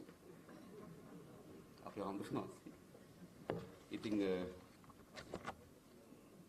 සිරිබෝපුර කැලය ඔප්පු අංක 41.29 ඉඩම් ප්‍රමාණය හෙක්ටයාර 0.5යි රුපියල් මිලියන 1.6යි මිලදී ගත්තා. ඒ වගේම සිරිබෝපුර කැලය ඔප්පු අංක 41.30 රුපියල් මිලියන 1.6කට ගත්තු මිල. දන්නවද ඉඩම් ඔප්පු ලියනකොට නේද? සිරිබෝපුර කැලය ඔප්පු අංක 41.32 මිලියන 1.6 ඉඩම. ඕබි ට්‍රක් රථය රුපියල් මිලියන 80යි. බත්තර මුල්ල ලිපිනේ CSN නාලිකාව පිහිටි ගොඩනැගිල්ල රුපියල් මිලියන 200යි. PV 77යි 114 යටතේ සමාගම් රෙජිස්ට්‍රාර් කාර්යාලය ලියාපදිංචි කර ඇති 336 ඩෙන්සිල් කොබ්බෑකඩ මාත බත්තර මුල්ල ලිපිනේ 8 කාල්ටන් ස්පෝර්ට්ස් නෙට්වර්ක් ආයතනයේ සතු සියලුම චංචල හා නිශ්චල දීපල හා විකාශන කර සඳහා භාවිත කරන සංඛ්‍යාත මිලියන 235යි. නීතිඥ ප්‍රසිද්ධ නොතාරිස් DSB පෙරරා විසින් ලියා සහතික කරන ලද ඔප්පු අංක 22/85 දරන 219 ස්ටැන්ලි තිලක රත්න මාවත නොගේපොට ලිපිනේ පීටි ඉඩම් කෑල්ල මිලියන 138යි. ඊනොම් දෙකක් 2014 2 වන දින මිලදීගේ නැති ඔප්පු අංක 41.07 දරන හම්බන්තොට දිස්ත්‍රික්කයේ මාගම්පොත්ත ප්‍රාදේශීය ලේකම් කාර්යාලයේ සාලිපුර ග්‍රාම සේවා වසමේ සිරිගෝපුර කැලි නැමැති රුපියල් මිලියන 1.6ක් වටිනා ඉඩම 2014 5 11 වන දින මිලදී ගනු ලැබු 41.33 දරන හම්බන්තොට දිස්ත්‍රික්කයේ ඉඩම තැන තියෙනවා හම්බන්තොට ප්‍රාදේශීය ලේකම් කාර්යාලයේ මාවඩම ග්‍රාම සේවා වසමේ සියඹලා ගත කොටුව සියඹලා වන්නමෙන්දී ඉඩමේ රුපියල් මිලියන 2ක් වටිනා ඉඩම. ඉතින් මේ තියෙන ඉඩම් ලැයිස්තු තියෙන සම්පූර්ණ මම හිතන්නේ 31ක් වගේ තියෙන ස්ථාන කීපයක ඔහුගේ නමින් සහ ඔහුගේ ආච්චිගේ නමින් ඉඳලා. හරි එතකොට ඒක ඇත්තටම මේක තව අමතර වශයෙන් තියෙනවා මේ කාල්ටන් නෙට්වර්ක් සමාගම සම්බන්ධ කරපු සමස්ත පරීක්ෂණේ වාර්තාව තිබෙනවා. ඒතර මේක ඉඩම නාගරික සංවර්ධන අධිකාරියට අයිති ඉඩම. මේ ඉඩම නාගරික සංවර්ධන අධිකාරියෙන් පවරා දෙනු ලැබුවේ රාජපක්ෂ පදනමට. රාජපක්ෂ පදනම පුණ්‍යායතනයක් හැටියට තමයි ලියාපදිංචි කරලා තිබුණේ. ඒතර පුණ්‍යායතනක ඉඩම් කොහොමද? පුණ්‍යායතනයක් වෙනුවෙන් ඒකත් වැරදි. උදේ නාගරික සංවර්ධන අධිකාරී ඉඩම් රාජපක්ෂ පවුලට බත්තර මුල්ල ඔයගොල්ලෝ දන්නවා පරිසර අමාත්‍යාංශයේ තියෙන තැන නේද? ඒ ඉඩම පවරා දුන්නා පුණ්‍ය කටයුතු සඳහා රාජපක්ෂ පදනමට. ඒ පුණ්‍ය කටයුතු සඳහා ලබා දීපු ඉඩම අන්තිමේදී මොකද වෙන්නේ? ඒකේ තමයි කාල්ටන් ටීවී නාලිකාව නේද? CSN කියන ටීවී නාලිකාව ආරම්භ කරන්නේ. ඒකේ ඉඩමේ වටිනාකම එතන මිලියන 200ට වඩා ඉක්ම වෙනවා. මේව තමයි රජයේ දීපල් පාවිච්චි කළේ. ඉතින් මේ පිළිබඳව පරීක්ෂණ වාර්තාව සම්පූර්ණ තිබෙනවා. ඒ වගේම CSN නාලිකාව ඉදිකිරීම සඳහා CSN නාලිකාව ආරම්භ කිරීම සඳහා දරලද වියදම් කොහෙද? ඒ වියදම් උපයාගත්තේ කොහොමද? උපයා ගන්න සමත් වුණාද නැද්ද කියන කරුණු පිළිබඳව මේකේ සමස්ත වාර්තාවක් තිබෙනවා. ඒ නිසා මේක හරි පැහැදිලි මුදල් විසුද්ධිකරණ පනත යට දිනට පවරන්න පුළුවන්. ඒ නිසා ඒ පිළිබඳව තමයි ඒ ෆයිල් එකේ තියෙන තොරතුරු තිබෙන්නේ. තව කවුරු හරි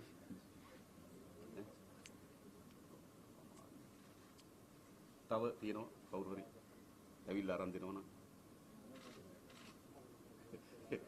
කමක් නෑ එන්න කවුරු හරි මාධ්‍ය කවුරු හරි ඉන්නවනේ ඔව්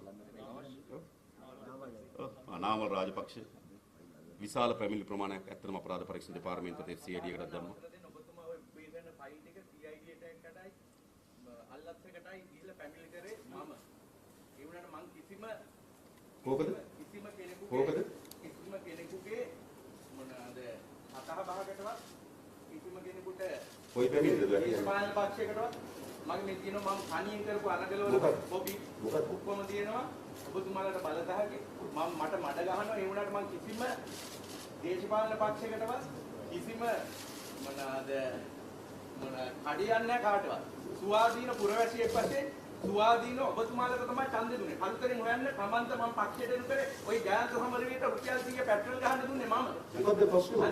ඒකනේ මම දඩට ඡන්දෙ දුන්නේ වෙනකම් ඔබතුමාලට. මම මේක දැම්මේ ඔබතුමාව අපහසුතාවයකට කරන්න. මේ වෙලාවේ තමයි රටට හොඳම දේ. මේක අරගෙන සල්ලි අරන් දෙන්නේ. අපි රාජපක්ෂලාට විරුද්ධව ඔබතුමා දේශපාලන පාර්ලිමේන්තුවේ හොඳම කෙනා. හොඳම කෙනා. ඉතින් ඒක මේ බලතහක මේක මගේ මං කවුද කියලා හොයලා බලතහයි. ඔබතුමාගේ බලතහයි මම ෆයිලයක් කරන් දෙන්න. මේක මම මේ සද්දාවෙන් කරන්නේ. හොඳට අනිවාර්යයි. සද්දාවෙන්. ඔබතුමාට තමයි පාර්ලිමේන්තුවේ දරු කරන മന്ത്രിවරයෙක් වශයෙන් මම කරන්නේ. හරි මේක ඇවිල්ලා මේ ඉස්සලා අපේ කවුද නාමල් අරන් දුන්නේ ඉතින් නාමල්ගේ මිත්‍රයා බැසිල්ගේ ෆයිල් එක. හරිද? කොහොමද වැඩිපුර බැලලා දාලා තියෙනවා. මේක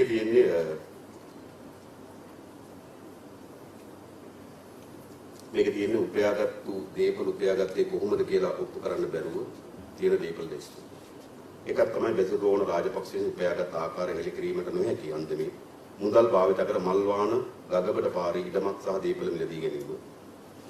ඊළඟ තියෙනවා බැසිල් රාජපක්ෂ රෝහණ රාජපක්ෂ යන 2010 11 ඒකේ විස්තර ඉදිරියට ඔක්කොම තියෙනවා.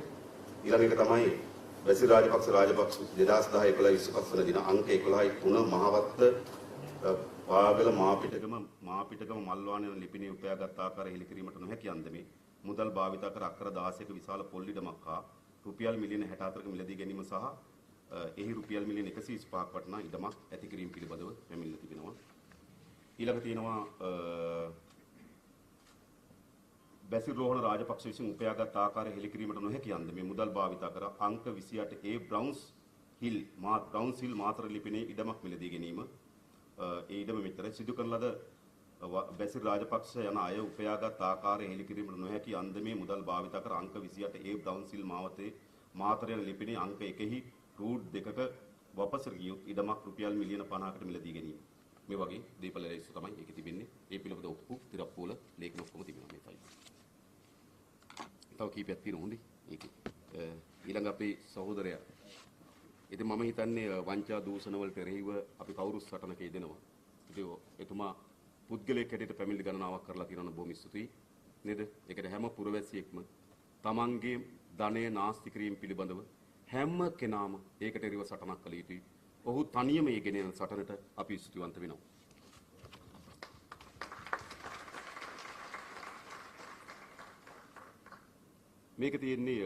මේක සම්පූර්ණ තියෙන්නේ මෛත්‍රීපාල සිරිසේන මහත්මයා 2018 ඉල්ලනකොට අපේ රටේ රාජ්‍ය සේවී ITN එක ඊට පස්සේ CTB සංචාරක ප්‍රවර්ධන මණ්ඩලය මේ ආදී ආයතන ගණනාවක් මහින්ද රාජපක්ෂ මහත්මයාගේ මැතිවරණ ව්‍යාපාරය ප්‍රවර්ධනය කිරීම වෙනුවෙන් හා මෛත්‍රීපාල සිරිසේන මහත්මයාගේ මැතිවරණ ව්‍යාපාරයට අපහාර එල්ල කිරීම වෙනුවෙන් විශාල රාජ්‍ය මුදල් අවභාවිත කරලා තිබෙනවා. ඒ සංචාරක මණ්ඩලයේ මුදල් අවභාවිත කිරීම පිළිබඳව පරීක්ෂණය තමයි මේ තියෙන්නේ. ඒ පිළිබඳ තමයි මේ ෆයිල් එක තියෙන්නේ. ශ්‍රී ලංකා සංචාරක සංවර්ධන අධිකාරිය සහ සංචාරක ප්‍රවර්ධන කාර්යාලය නිලධාරීන් විසින් ITN නාලිකාව හරහා එවකට ජනාධිපතිවරු අපේක්ෂක ලෙස කටයුතු කළ වත්මන් ජනාධිපතිවරයාට එරෙහිව ගෙනලද සාවද්‍ය ප්‍රචාරණයක් මගින් රජයේ මුදල් අවභාවිත කිරීමට අදාළව ඒ සඳහා ITN ආයතනයට ගෙවිය යුතු මුලියන 2.5ක ඉන්වොයිස් පිටපත තියෙනවා. ඊට වගකීම් යුතු බව සඳහන් කරමින් නිලධාරීගේ නාමාලියක් මේක ඇතුළේ සඳහන් කරලා තිබෙනවා.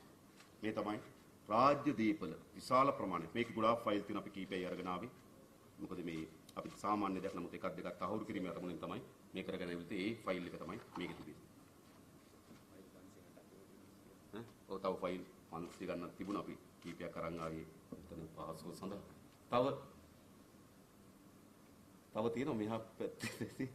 මේකේ තියෙන හොඳ ෆයිල් ටිකක් තියෙනවා වෙයි කියලා බලන් ඉන්නේ. ඔව්. ඔව්. ඒ ලිස්ට් එක කියවනම් ලිස්ට් එක කියවනවා. ගොඩක් තියෙනවා.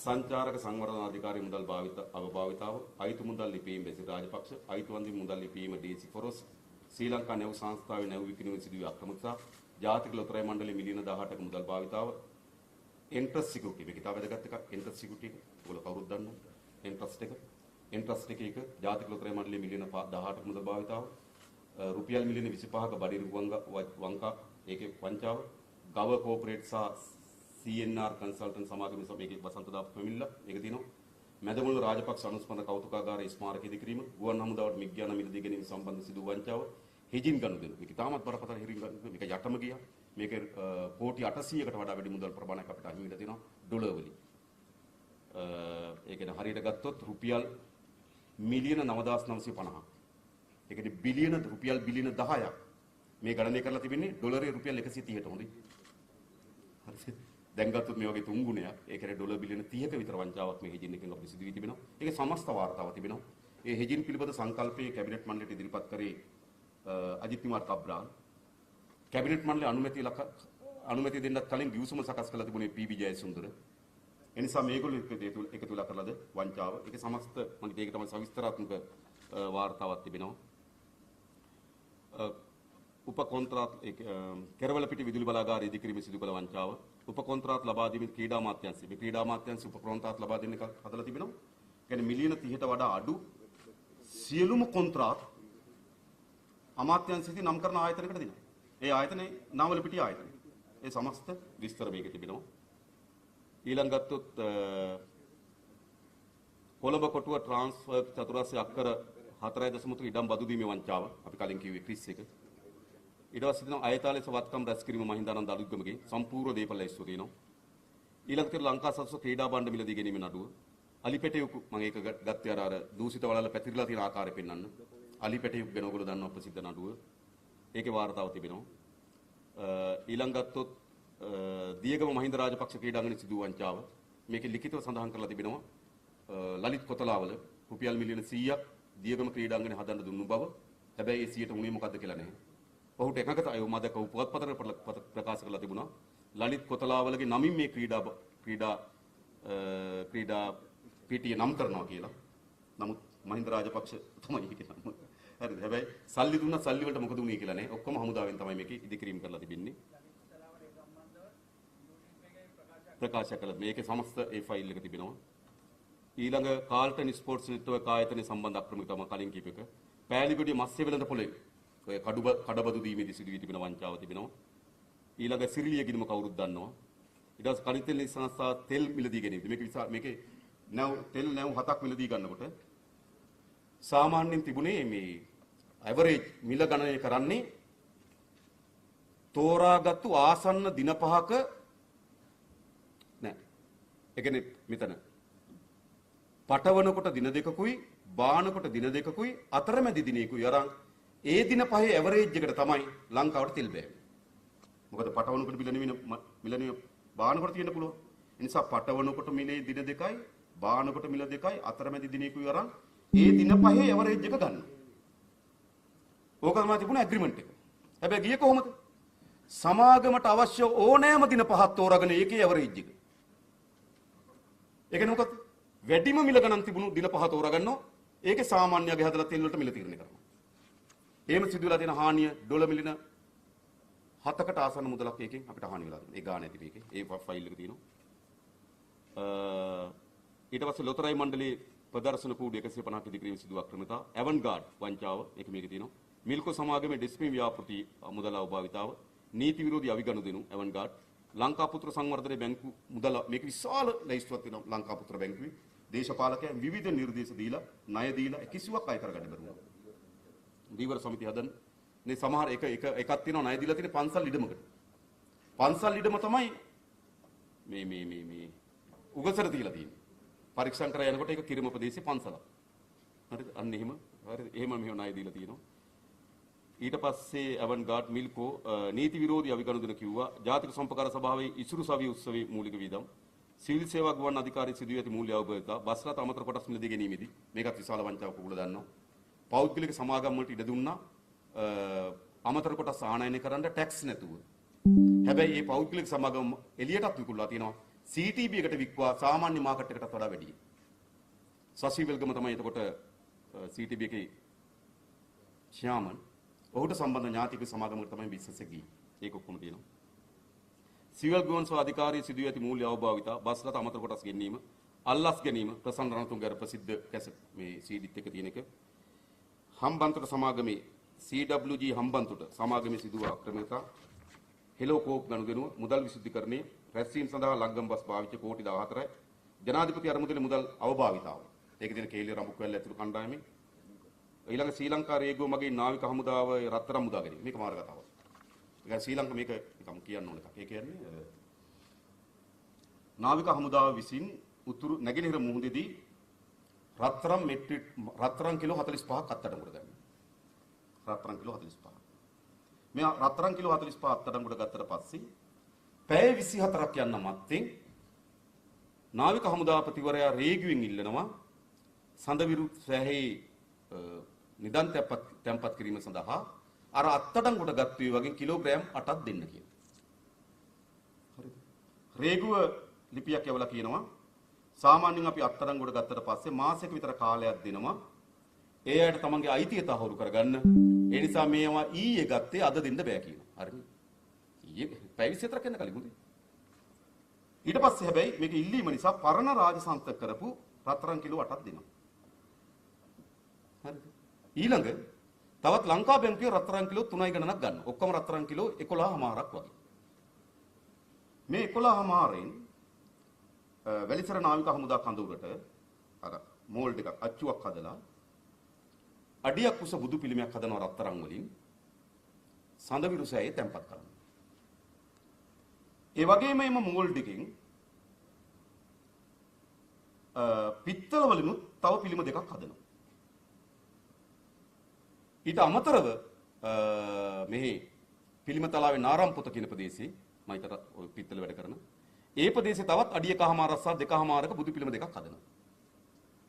හදලා අර අඩියේ බුදු පිළිම දෙක සඳහා රන් ආලේපිත කරනවා. රන් ආලේප කරනවා. රන් ආලේප කරලා ලොකු ප්‍රදර්ශනයක් තියෙනවා අනුරාධපුරේ. මේ නිදන් තැන්පත් කිරීම සහ මේ ප්‍රදර්ශනයේ. මේ ප්‍රදර්ශනයේ තියෙන අර රන් ආලේපිත බුදු පිළිම දෙකයි අර අඩිය කහමාරේ සහ දෙකමාරේ බුදු පිළිම දෙකයි බුදු පිළිම හතර තියෙනවා ප්‍රදර්ශනයේ. අර රන් බුදු පිළිමය තැන්පත් කරනවායි කියලා කියනවා. අවසානයේදී බලනකොට රන් ආලේපිත අඩියක් උස බුදු පිළිමේ නැහැ. නැත්තේ රත්තරන් එකද මේක? අතිශය සාධාරණ සැකයක් වෙනවා. හමුදා ආරක්ෂක යටතේ. හමුදා ආරක්ෂාව යටතේ රන් ආලේපිත බුදු පිළිමය මොකද උනේ? රණින් කළ බුදු පිළිමේ තැන්පත් කරනවා කියනවා. එදා තැන්පත් කළේ කෝකද හරියටම? රණින් එකද රන් ආලේපිත එකද? මේකයි සත්‍යය. හරිද? මේ පිළිබඳව සමස්ත පරීක්ෂණ වාර්තාවක් තිබෙනවා. හරිද? මේකෙදි ඊට පස්සේ තව තියෙන ගොඩක් මේකේ ඇතුලේ තියෙන ඒවා කොහොමද පරීක්ෂා කිරීම සඳහා ඔය බෝම්බ ඉවත් කිරීම උපකරණ ගෙනලා පරීක්ෂා කරන්න තියෙන. ඒක පරීක්ෂා කරන්න දෙන්නේ නැහැ. මම හිතන්නේ මම දන්නේ මොකද්ද කියලා. නමුත් සාධාරණ සැකයක් තිබෙනවා. ඇතුලේ තියෙන්නේ මොකද්ද කියලා දෙන්න. හරිද? ඒ පිළිබඳ පරීක්ෂණ. ඒ නිසා මම මේ කියන්නේ හරිද මේ ආගම සද්ධාව මේම පවා ඒගොල්ලන්ගේ හොරකම් කිරීමේ මාර්ගය. ඊළඟ ශ්‍රී ලංකාවේ එක කිව්වනේ පස් සම්පත් අමාත්‍යාංශ ඉන්ධන මේකේ තියෙනවා මේ තොණ්ඩවන මහත්තයා ගහපු ඉන්ධන ලැයිස්තුව. මම ඒක ගෙනා මේ ඇමතිවරු මේ කියන වාහන තියෙනවා මම හිතන්නේ 14ක් වගේ. ගහලා තෙල්. බොනවද දන්නේ? අර නානම බොනවා ඒ ලැයිස්තු බලපුවාම මිලියන ගන්න ෆයිල් එකක විස්තර තියෙනවා.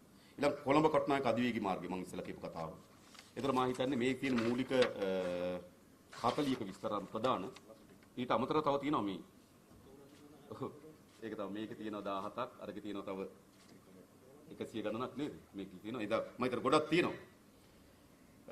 ඉතින් වසන්ත සහෝදර ගාවත් තව ප්‍රධාන කරුණු කීපයක් තියෙනවා වසන්ත සහෝදර කියන්නේ. ඉතින් වසන්ත සහෝදරගේ ගාව ප්‍රධාන කරුණු කීපයක් තියෙනවා ඒක කියමු. තව හඳු සහෝදර කියනෝනේ අපි ඒක ඉදිරිපත් කරලා තව ෆයිල් දෙක තුනක් මේක අහුවෙච්ච නැති ෆයිල් දෙක තුනක් තියෙනවා මම අහල්ලයි කියලා බලන් හිටියේ. මාවනල් එක්කෙනෙක් කිව්වනේ ඒගොල්ලෝ හොරුන්ට දඬුවම් දෙනවා කියලා. නේද? වර්තමාන විපක්ෂ නායකතුමා. ඉතින් එයාගේ ෆයිල් වගේ තියෙනවා. එයාගේ කිරියල්ලගේ රාජිතවි. ඒක තියෙනවා මේක. හරිද? ඒ නිසා මේ වංචාවට දූෂණයට එරෙහි අරගලයක් කොල්ල කන්නේට දෙන්නේ. නේ ඒකත් කොල්ල කෑම සඳහා දරන ප්‍රයත්න බව තමයි පේන්නේ. ඒකේ තොරතුරු ගොඩක් තියෙනවා. ඔයගොල්ලෝ දැනගන්න පුළුවන්. මම දැක්කා පෙරේදා කලින් දවසේ මහින්ද රාජපක්ෂ අගමැතිතුමාට නේද? එතුමාට බාර දීලා තියෙනවා සංස්කෘතික අරමුදලේ විමර්ශන වාර්තාවක්. ඒකේ මම දැක්ක කියනවා නේද? මාගාව තියෙන ඩොකියුමන්ට්ස් ඔක්කොම බිලියන 3ක් අවසරයකින් තොරව වියදම් කරලා තියෙනවා. විශේෂයෙන් ගත්තොත් ඔයගොල්ලෝ දන්නවා සංස්කෘතික අරමුදලේ නිල බලයෙන් සභාපතින අගමැතිවරයා. ඒ කියන්නේ අගමැතිවරයා කියන්නේ කවුද? රනිල් වික්‍රමසිංහ. ඒතර ජනාධිපති ඡන්දය ආසන්නයි මට මතක නොවැම්බර් 10 වගේ. හදිසි අධ්‍යක්ෂ මණ්ඩල රැස්වීමක් අරගෙන අර පරණ වියදම් අනුමත කරගන්න හදනවා. ඒ වියදම් අනුමත කරන රනිල් වික්‍රමසිංහ අස්සම් කරන්නේ නෑ. තව ඉන්නවා මේ අපේ හාමුදුරු ඉන්නවා. ඒ අරමුදලේ මේ අමිල හාමුදුරු උන්වහන්සේ අස්සම් කළත් නෑ ඒකට. ඒ නිසා මොකද සභාපතිවරු අත්සන් කරන්නේ නැත්නම් ඒක බලංගු නෑ. ඒ නිසා කිසිදු විධිමත් මුදල් නිදහස් කර ගැනීමෙන් තොරව රුපියල් බිලියන 3ක් සජිත් ප්‍රේමදාස සංස්කෘතික අරමුදල විනාශ කළා තිබුණා ෆයිල් එකේ තියෙනවා. ඈ? රයිට් කමක් නෑ ගමු වෙනම අහුණුත් ගමු. වසන්ත ගන්න.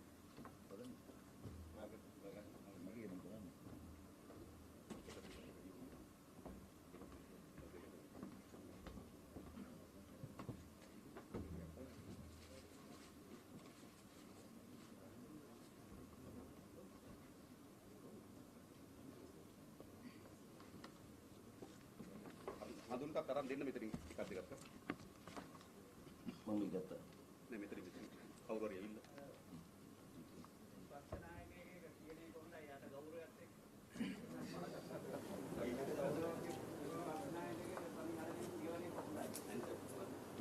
මේ විශේෂයෙන් මම කියන්න ඕනේ දැන් මේ ලංකාවේ මේ ආණ්ඩුව බලයට එනකොට වැඩියෙන්ම කෑ ගහපු එක තමයි මහ බැංකු බැඳුම් කර වංචාව. ඒගොල්ලෝ කිව්වේ ඒක ලංකා ඉතිහාසයේ ලොකුම වංචාව. ලොකුම මුදල් මංගොල්ලේ කියලා දැන් ඔබට තේරෙනවා ඊට වඩා මූල්‍යමය අගින් ගත්තන් පස්සේ විශාල දේවල් සිද්ධ වෙලා තියෙනවා. බැඳුම් කරේ මේකේ විශේෂයක් වෙන්නේ බැඳුම් කරේ කියන වචනේම සමාජගත වෙන්නේ එක්සත් ජාතික පක්ෂයේ රනිල් වික්‍රමසිංහ මෛත්‍රීපාල පාලනය යටතේ උනාට ඒකේ ඉතිහාසය ගත්තොත් අජිත් නිවාඩ් කබ්‍රාල් ඇතුළු මේ රාජපක්ෂ පාලනයේම එකටත් මුල්ගල් තියලා තියෙනවා. ඒකේ මුල්ගල් තැබීම තියෙන්නේ රාජපක්ෂ පාලනයෙන්. ඒක ඉතුරු කොටස ගොඩනගිලා හැදුවේ රනිල් වික්‍රමසිංහ පාලනය. ඉතින් බැඳුම් කර වංචාව රටට හෙළිදරව් කරේ කවුද කියන එකට උපැන්න සාතික ලියා ගන්න තුඟාක් දෙනෙක් පහුගිය කාලේ මහන්සි වුණා. මම ඒකින්ද අද කියන්න ඕනේ ඒක සිද්ධ වෙච්ච විදිය. මොකද මට මතකයි පෙබරවාරි 29 වෙනිදා මේ ගන්දුනුව සිද්ධ වුණාම 2015 මුලින්ම අනුරාධපුර සහෝදරයා තමයි ඒ තොරතුරු දැනගත්තේ. අනුරාධපුර සහෝදරයා ඒ තොරතුරු දැනගෙන ඒකේ පළවෙනි මාධ්‍ය සාකච්ඡාව තියන්නේ අපි මාර්තු මාසයේ 9 වෙනිදා මට මතක හැටියට. මාර්තු මාසයේ 9 වෙනිදා මාධ්‍ය සාකච්ඡාව තියන්නේ මොකද ඊට කලින් දිනයක් තිබුණේ අපිට මේක එල්දරව් කරගන්න පාර්ලිමේන්තු රැස් වෙන දවසක. දැන් මාර්තු මාසයේ 12 වෙනිදා තමයි අනුරාධපුර සහෝදරයා මේක පළවෙනියෙන්ම පාර්ලිමේන්තුවේ ප්‍රශ්න කරන්නේ. පළවෙනියෙන්ම පාර්ලිමේන්තුවේ ප්‍රශ්න කරන්නේ මේකන මාර්තු මාසයේ 12 වෙනිදා මේ පිළිබඳව විශාල වාර්තා තොගයක් තියෙනවා. ඔබ දන්නවා පාර්ලිමේන්තුවේ කාර්ක සභාවල සාකච්ඡා වුණා. ඒ වගේම ජනාධිපති කොමිෂන් සභාවක සාකච්ඡා වුණා. අවසානයේ මේක පිළිබඳව තියෙන තොග වාර්තාවේ කොච්චරද කිව්වොත් හුඟක් දෙනෙක් මේකේ මිල අඩු කරන්න, බර අඩු කරන්න විශාල වශයෙන් කටයුතු කරා. මම අද කියන්න ඕනේ ඒක පාර්ලිමේන්තුව ඇතුළේදී ඒ වෙනුවෙන් ඉතා දැවැන්ත කුමන්ත්‍රණ සිද්ධ වුණා. රනිල් වික්‍රමසිංහ මහත්තයාගේ අරලියගහ මන්දිරයේ නිල නිවාසයේ පාර්ලිමේන්තුවේ කැඳවන්න ඕන කෝප් කමිටුව කැදෙව්වා. කෝප් කැදෙව්වා. අවසානයේ දැන් හුඟක් මේ අද විපක්ෂ ඉඳගෙන දූෂණ විරෝධී වීරව බවට පත්ලා ඉන්න අය මේ බැඳුම් කරගන්න දෙනුව වහන්න හංගන්න එක විකෘති කරන්න විශාල වශයෙන් කටයුතු කළා. ඒ වෙනුවෙන් තමයි පුට් නෝට් දැම්මේ. මට මතකයි අපි පදනම් කරගත්තේ අපි එකතු කරගත්ත තොරතුරු වගේම නිල වශයෙන් අපිට පදනම් කරගන්න සිද්ධ වුණා විගණකාධිපතිවරයාගේ වාර්තාව. විගණකාධිපතිවරයා කෝප් කමිටුව ඉදිරිපත් කරපු වාර්තාව. හැබැයි මේ විගණකාධිපතිවරයා කෝප් කමිටුව ඉදිරිපත් කරපු වාර්තාව විකෘති කරලා එමනම් ඒ වාර්තාව වැරදි කියලා මේ බැඳුම් කර ගනුදෙනුව කියන්නේ රජයට රටට වෙච්ච පාඩුවක් නෙමෙයි සාමාන්‍ය ගනුදෙනුවක සිද්ධ වෙන වාසි අවාසියක් කියන වාසි අවාසි කියන වචනේ පාවිච්චි කරන්න කියලා. පාර්ලිමේන්තුවේ විගණකාධිපතිවරයාට දැවැන්ත බලපෑමක් කරා. ඒ වාර්තා ඉල්ලාස් කරගන්න තැන බලපෑම් කළා. සමහරු ඔබ දන්නවා දැන් රට දන්න නිසා මම මේ කියන්නේ ඒ වෙනුවෙන් ඇලෝසියස්ලගෙන් සල්ලි ගත්ත කියලා අද ආණ්ඩුවෙත් ඉන්න විපක්ෂයේ හිටපු එමනම් දැන් විපක්ෂයේ ඉන්න අය පිළිගත්තා. බැඳුම් කර වාර්තාව නිවැරදි, කියන්නේ ගනුදෙනුව නිවැරදි කියලා පොත් ලිව්ව മന്ത്രിවරු ඉන්නවා. ඒ පොත් ලිව්ව മന്ത്രിවරු පස්සේ දරා වුණා පොත් ලියලා තියෙන්නේ සල්ලි වලට කියලා. සල්ලි වලට කියලා. ඒ වගේම මේ ගනුදෙනුව විකෘති කරන්න තර්ක හදාපු අය තමන්ගේ දැනුම පාවිච්චි කරලා තර්ක හැදුවා. අපරාධ දෙකක් තියෙනවා. එකක් සල්ලි අරන් අත උස්සන එකක් තමන්ගේ දැනුම ආර්ථික විද්‍යාව ගැන වෙන්න පුළුවන්, කළමනාකරණය වෙන්න පුළුවන්, විගණනය ගැන යමක් ඉගෙනගෙන තියෙනවා නිදාස් අධ්‍යාපනයේ පිහිටෙන් ඒක පාවිච්චි කරලා මේක අලාභයක්, අවාසියක් බවට පත් කරන්න.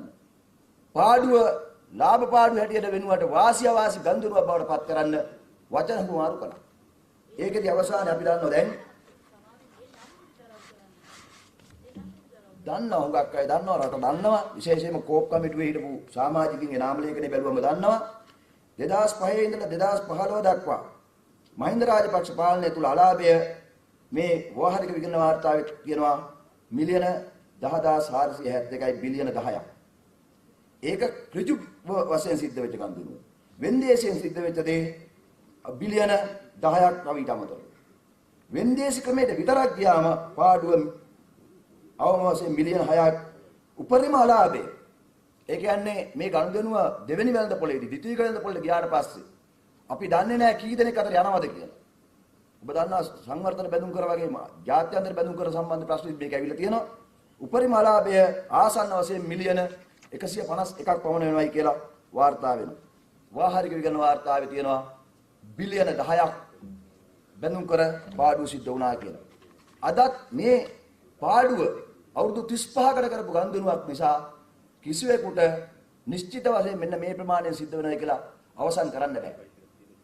ආරම්භක අවස්ථාවේ ගනුදෙනුවක් පාඩුව වුණාට මේක අවුරුදු 35ක් පුරා දිවෙන පාඩුවක් වංචාවක් හිටිලා තියෙනවා. ඒක ආකාරයක බරපතල ගනුදෙනුවක්. ඒ නිසා මේ පිළිබඳව අරගලයක් අපිට තියෙනවා. බැඳුම් කර ක්‍රියාවලියෙන් රටර වෙච්ච පාඩුව ඇලෝසියස්ගේ මහ බැංකුවේ තැන්පත් කරලා තියෙන තැන්පතු මුදලින් විතරක් අය කරගෙන අවසන් කරන්න බෑ කියන එක තමයි අපි විශ්වාස කරන්නේ. ඒ වගේම ඒකට වගකිය යුතු අය ඒකට වගකිය යුතු අයට අනිවාර්යෙන් දඬුවම් ලැබෙන්න ඕන. ඔයාලා මං කියන්නේ ඔයයි තෝරලා දෙන එක ඒක හොඳයි නේ. ඒක අපිට පහසුවක් වෙනවා එතකොට. අපිට තෝරලා දෙන්න නේද? හොඳයි නේ නැත්නම් අපි තෝරගෙන කියන අය කියනවනේ. ආමුලෙත් ගන්න එක හොඳයි නේද? ගොඩක් අවුරුයි. ලාල් කරේ. වයි ලාලන්න බෑ. හරි. එකක් ගමු.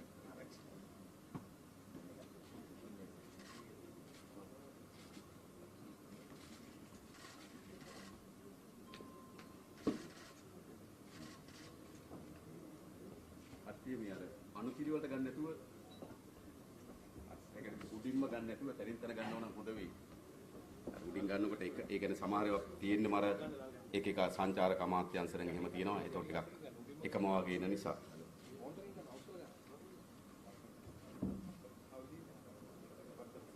මේකත් අර අපි කලින් ඉදිරිපත් කරපු සංචාරක අමාත්‍යංශයේ මුදල් ජනාධිපතිවරණය සඳහා අවභාවිතා කරලද ෆයිල් එකක්.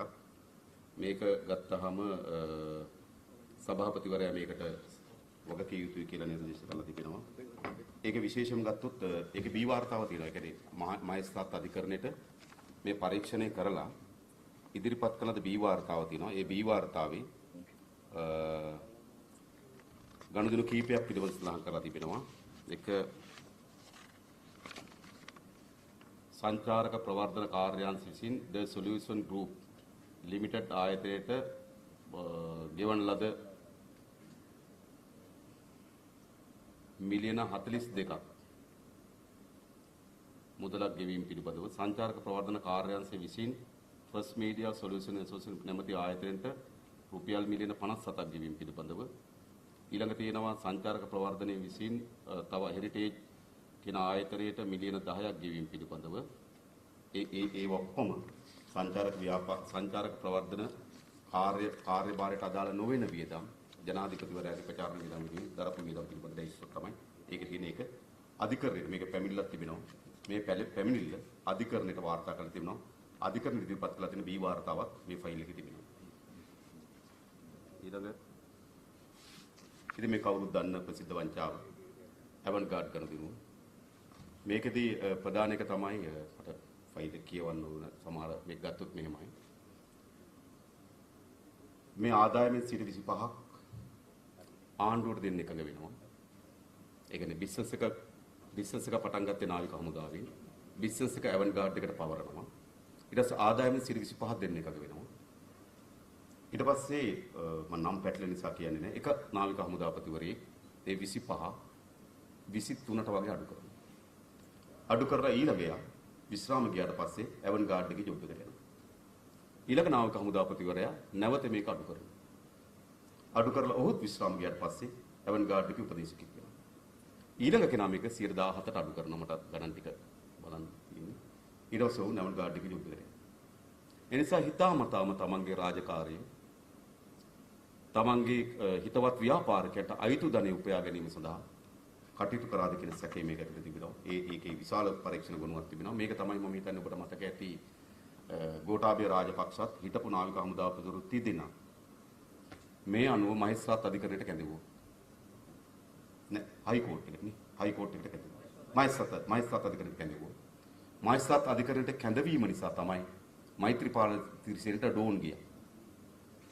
මෛත්‍රීපාල සිරිසේන එදා තමයි දිල්රුක්ෂි ඩයස් ඒ කියන්නේ අල්ලාහ් කොමිසමේ සභාපති අධ්‍යක්ෂ ජනරාල්වරියට ඉවත් වෙන්න කියන වගේ තර්ජනයක් කරා. ඒතර හොඳින් තේරුම් ගන්න. පරීක්ෂණ කරන ආයතන පරීක්ෂණ කරලා ඔවුන් මහේස්ත්‍රාත් අධිකරණ හමුවට පැමුණුවට පස්සේ ජනාධිපතිවරයා කෝප වෙනවා. ජනාධිපතිවරයා කෝප වෙලා එම පරීක්ෂණ කරපු නිලධාරීන්ට ගෙදර යන්න කිව්වා. මේක තමයි දිල්රුක්ෂි ඩයස් ගෙදර යන්න හේතු වෙච්ච පරීක්ෂණ. එනිසා අපිට හරි පැහැදිලි මේ ඔක්කොගෙන් පෙන්නු කරන්නේ මොකද්ද? මම කලින් කිව්වේ ඒකයි. මේ දූෂිතය මේගොල්ලෝ ආරක්ෂා කරා. පරීක්ෂණ නිලධාරීන් අඩපණ කරා. ඒගොල්ලෝ බිය වැද්දුවා. සමහර අය මම දන්නවා සමහර අයට හිරේ යන්න වුණා. පරීක්ෂණ නිලධාරීන්ට අන්තිමේට. ඇයි? ඒගොල්ලන්ට කියනවා මේ ආණ්ඩුව වමනාවක් නෙවෙයි මේ සානිකි වමනාවක් නෙවෙයි. මෙහෙමයි මේ ඕනේ. මේ ආණ්ඩුව වමනාවක් නෙවෙයි සානිකි වමනාවක් කරන්නේ. ඒ නිසා සානීරිය දාන්න. එහෙමයි මේවා සිද්ධ වුනේ. ඒ නිසා අපේ රටේ වැදගත් පර්යේෂණ නිලධාරීන් විශේෂම නීතිපති දෙපාර්තමේන්තුව තාමත් වැදගත්. කාර්යසූ නිලධාරීන් ගණනාවක් අකර්මණය බවට පත් කරා. මට මතකයි ජනක බණ්ඩාර කියන අධිනීතිඥවරයා නේද? ඔහුව කැඳෙව්වා අර පිස්සු කොමිසමට. ඒ කියන්නේ ඔබ හිතන්නේ ඔහු තමයි මේ නඩුවල අධිකරණයේදී පැමිණිලි පාර්ශ්වයෙන් පෙනී හිටියේ. පැමිණිලි පාර්ශ්වයෙන් පෙනී හිට ජනක බණ්ඩාර අධිනීතිඥතුමා නීතිපති දෙපාර්තමේන්තුවේ ජ්‍යෙෂ්ඨ අධිනීතිඥතුමා එතුමා කැඳෙව්වා පිස්සු කොමිසමේ විත්ති කූඩුවට. ඒ වෙලාව මොන වුණත් අපි නීතිපතිතුමාට ස්තුතිවන්ත වෙන්න ඕනේ එතුමා යවුවේ නැහැ. ඒක නේ අපි ස්තුතිවන්ත. එතුමාගේ වෙන මොනවද තිබ්බා? දප්පුලි විදියට. හරි මෙහෙමයි.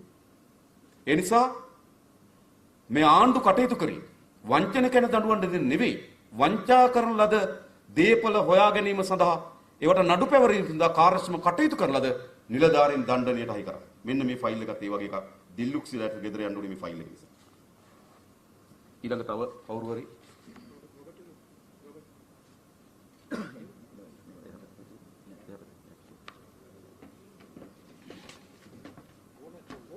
ඕනේ උඩේක වැටි එකක් මේකත් ප්‍රසිද්ධ එකක් ආයතාලේ සවත්කනම් සිංහ මහින්දානන්ද අබිදුම්ටි මේකෙදි කවුරුත් දන්න ප්‍රසිද්ධ වාර්තාවක් කරගෙන තියෙන්නේ මේක විශේෂයෙන් ගත්තොත් ඔයගොල්ලෝ දන්නවා මේකේ තියෙනවා සම්පූර්ණ නඩු වාර්තාව ඒ කියන්නේ බිරිඳගෙන් වෙන්වීම සඳහා ඒක පෞද්ගලික කරුණක් එක අපිට අදාළ නැහැ. අපිට කමක් නැහැ නේද? එහෙම නඩුවක් තියෙනවා. මොකක් හරි හේතුවකට නඩුවක් තියෙනවා. ඒ නඩුවට අනුව මහින්දානන්දගේ වත්කම් සහ දේපල පිළිබඳ වාර්තාවක් අධිකරණයට ඉදිරිපත් කරා. මේ අධිකරණයට ඉදිරිපත් කරපු වාර්තාවේ සම්පූර්ණ තැන විතරක් නෙමෙයි මතක තබා ගන්න. මේකේ තියෙනවා සිංගප්පූරු account දෙකක විස්තර. HSBC සාඛාව සිංගප්පූරුවේ තියෙනවා. ඒකේ ඩොලර් ලක්ෂ 5කට 5,23,000ක මුදලක් ඩොලර් වලින් තැන්පත් වෙලා තිබෙනවා සිංගප්පූරු මහින්දානන්දගේ account එකට. ඒකට මේවා පරීක්ෂණ කරන්න ඕනේ ඒවා. කොහොමද ඩොලර් උපයාගත්තේ නේද? ඒ වගේම මේකේ තියෙනවා කටුනායක කඩ දෙකක් පොහොර තිබෙන බව. Duty free. ඒ කඩ උපයාගත්තේ කොහොමද? ඒක රටේ ජනතාව දැනගන්න. මොකද නේද? අපි කාටවත් නේ ඔයගොල්ලෝ කාටවත් එයාපෝට් එකේ කඩ එහෙම ගන්න පුළුවන්. ඉතින් එහෙම කඩ ගත්ත ඒවා තියෙනවා. මේක සම්පූර්ණ නාවල ඉඩම් පිළිබඳ තියෙනවා, නාවල පිටි ඉඩම් පිළිබඳ තියෙනවා, මහනුවර ඉඩම් පිළිබඳ තියෙනවා. මේ සම්පූර්ණ ඔහුගේ දේපල වත්කම් පිළිබඳ වාර්තාව තමයි මේකේ තිබෙන්නේ. ඊළඟට අහපු ප්‍රශ්නය 2015-19 මධ්‍යම සංස්කෘතික අරමුදලේ අවභාවිතා කිරීම වන ප්‍රශ්නය හිටපු සංස්කෘතික ඇමතුමා ඔහු වැයසි ඒ කියන්නේ වියදම් ශීර්ෂ ඒකයි වැදගත්කම තියෙන වියදම් ශීර්ෂ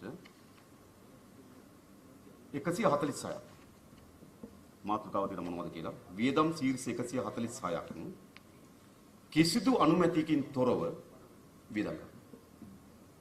සංස්කෘතික අරමුදලේ හෝ ඒ සමාජයෙන් කිසිදු අනුමැතියකින් තොරව ඍජුවම සාක්ෂි දී තිබෙනවා. සජිත් ප්‍රේමදාස මහත්මයාගේ ඍජු නියෝගමක් තමයි මේ වියදම් ටික කරේ කියලා. වියදම් කරලා ඉවර වෙලා මම ඔබට කිව්වා කලින් 2019 11යි 15 ඡන්ද කවද්ද? ජනාධිපති ඡන්ද කවද්ද?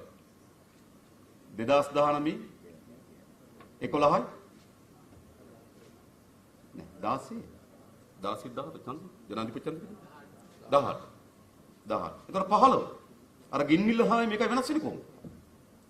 මේ ජනාධිපති කැම්පේන් කරන ඔක්කොම කරන ගමන් මොකද කරන හදිසි අධ්‍යක්ෂ මණ්ඩලයක කවුද ඉන්නේ බලන්නකො ඡන්ද කැම්පේන් ලොකුමයි ඉන්නෝනේ රනිල් වික්‍රමසිංහ ජෝන් අමරතුංග, මංගල සමරවීර, සජිත් ප්‍රේමදාස, අකිල විරාජ්, මනෝ ගණේෂන්, බර්නාඩ් ප්‍රියන්ත මේ වගේ කණ්ඩායම්. මේගොල්ලෝ තමයි අධ්‍යක්ෂ මණ්ඩලය. ඒතර මේ අධ්‍යක්ෂ මණ්ඩලය මේකට අනුමැතිය ඉල්ලනවා. හැබැයි මොකද කරලා තියෙන්නේ? මේක හරි පැහැදිලි. රනිල් වික්‍රමසිංහ අත්සන් කළා නැහැ මෙහි සභාපතිවරයා. ඒ වගේ අග්‍රාමාත්‍ය ලේකම් BMSB ඒකනායක මහතා අත්සන් කරලා නැහැ. ඒ වගේම හාමුදුරුවෝ අත්සන් කළා නැහැ, අකිල අත්සන් කරලා නැහැ. ඒ නිසා මේක පිළිබඳ තමයි පරීක්ෂණයේ පරීක්ෂණ වාර්තාව පිළිට ඇවිල්ලා තියෙන වාර්තාවත් අපිට ඊයේ හම්බුණා. තාම මේක හරිය හොඳට පෙළගස්ස ගන්න බැරි නිසා ගෙනාවෙත්. ඒ නිසා ගත්තොත් මේක තමයි බිලියන 3කට ආසන්න මුදල් වංචාවක් අවභාවිතාව පිළිබඳ ෆයිල් එක තමයි තියෙන්නේ. ඊළඟ ගත්තොත් විදේශ සේවා කාර්යාංශයේ දැන් තෝරලා දී ෆයිල් එකක් විදේශ සේවා කාර්යාංශයේ සිදුවූ එක. ඉතින් මේකේ තියෙන්නේ සම්පූර්ණ ඕගොල්ලෝ දන්නවා විදේශ සේවා කාර්යාංශයේ ඇතිවෙච්ච ගනුදෙනු පිළිබඳව. මේ ඔක්කොම මේ අපේ හඳුනේ සහෝදරයත් වසන් සමරසිංහ සහෝදර කරු පැමිණිලි. මේක සියල්ල පරීක්ෂණ කරලා තිබෙනවා. මේකේ තියෙන විදේශ සේවා කාර්යාංශයේ විදේශ සේවා නියුක්ති කාර්යාංශයේ මුදල් ෆොරින් බියුරෝ එකේ මුදල් ඒකට අදාළ කාර්යයන් නොවි වෙන විශාල කාර්යයන් සමහරවිට ගාල්ලේ රැස්වීමක් තියෙනවා. ගාල්ලේ රැස්වීමට කෑම ගෙනලා තියෙන්නේ ඇල්ලි. හරිද? ඉතින් ඇල්ල තියෙන්නේ මොකද්ද? හාලියල කිට්ටුව.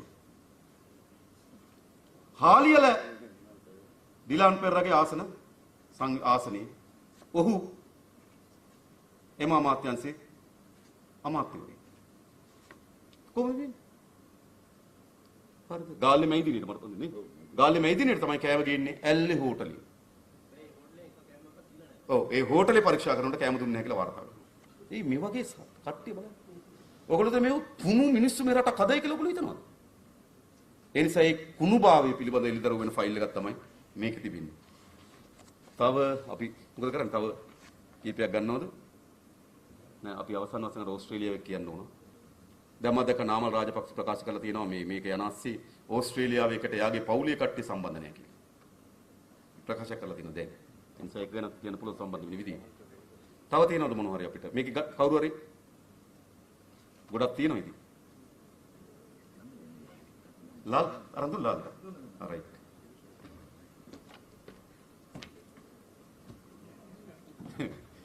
යටින් එකක් ගම් බලන්නේ.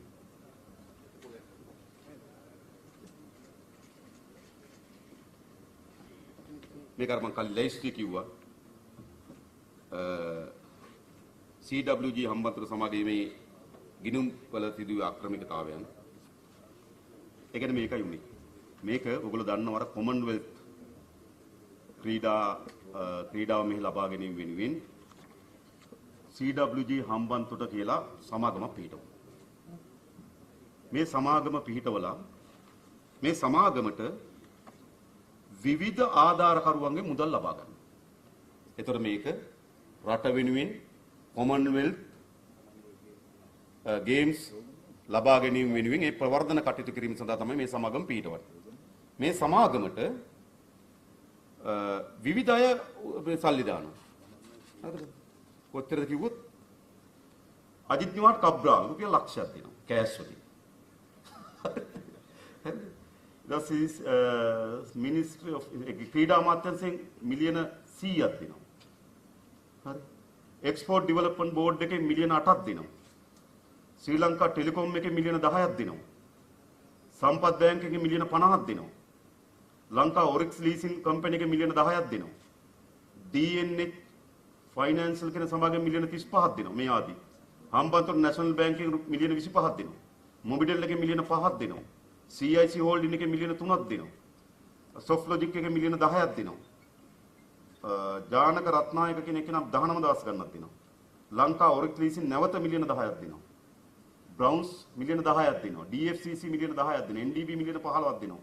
ඒක ලංකාවේ ප්‍රධාන සමාගම් සහ රජයේ සමාගම් මේකට මුදල් සපයනවා. මුදල් සපයලා මේකේ සමස්ත එකතුව මිලියන 688යි. මිලියන 688ක් මේකට එකතු වෙනවා. කොතනකවත් මේ මුදල් වලට උනේ මොකද්ද කියලා නැහැ. හරි. දැන් මුදල් නැහැ. නෑ විතරක් නෙවෙයි. තවත් වාර්තාවක් තියෙනවා. ඒගොල්ලෝ ආධාර දීලා තියෙනවා. ආධාර දුන්නට ඒවා බැංකුවට දාලා නේ. මෙහෙම කියනවා. රුපියල් මිලියන 5කට වැඩි මුදල් ප්‍රමාණයක් චෙක් මගින් ගෙවා චෙක් පත් නේ ඒක නෙවෙයි.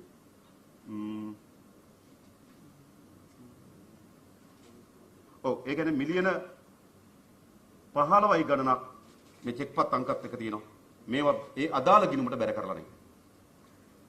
ඒ නිසා මේකෙත් ඔයගොල්ලන්ට මතක ඇති අර මේ චෝගම් ඒ කියන්නේ ක්‍රීඩා මොකද්ද කොමන්වෙල්ත් ක්‍රීඩා තරඟාවලිය ලංකාවට ගෙනෙමින් ඕස්ට්‍රේලියාව ගියපු අතර හිටිය ඔබට මතකද ආනන්ද කරී ඊට පස්සේ කබ්‍රාල් ඊට පස්සේ නාමල් රාජපක්ෂ උඩ ගියා කොමන්වෙල්ත් ක්‍රීඩා උළෙලමට ලබා ගැනීම වෙනුවෙන්. ඉතින් ඒ සඳහා සමාගමක් හදලා විශාල මුදල් මේ අවභාවිතාව සිද්ධ වෙලා තියෙනවා. ඒක පිළිබඳ තොරතුරු තමයි මේ ෆයිල් එකේ තියෙන්නේ. මොකද මේවා රාජ්‍ය සමාගම්. සමහර පෞද්ගලික සමාගම් මේවට දෙන්නේ මොකක් නිසා? මේක රජයේ ආයතනයක් නිසා. නැත්නම් කවුරු හරි නිකන් පොඩි දන්සලක් දෙන්න කිව්වට මෙහෙම සල්ලි දෙන්නේ නැහැ. මේ විලා රජයේ වැඩ කටයුත්තක් නිසා රජ අමාත්‍යවරයා කතා කරපුවාම ඒගොල්ලෝ මේ මහ බැංකුවේ අධිපතිවරයා කතා කරපුවාම මේගොල්ලෝ සල්ලි දෙනවා. මේ ගොඩක් ලීසින් සමාගම්. මා හිතනවා මේ ලීසින් සමාගම් වලින් සල්ලි දෙන්නේ නැත්තේ බැංකුව වලින් සල්ලි දෙන්නේ නැත්තේ මහ බැංකුවේ මැදිහත් වීමක් තියෙන්නේ නැති. අපි හිතන එක. එහෙම සල්ලි විශාල ප්‍රමාණයක් ගලාගෙන එනවා. මේ රාජ්‍ය අනුග්‍රහය සහිත කොට නැගුණු සමාගම. ඒ සමාගමට මෙච්චර සල්ලි බැර වෙලා තිබෙනවා. ඒ බැරවුණු සල්ලි වලට මොකද්ද කියලා කිසිදු සඳහනක් නැහැ. ඒක තමයි මේ ෆයිල් එකේ තියෙන්නේ.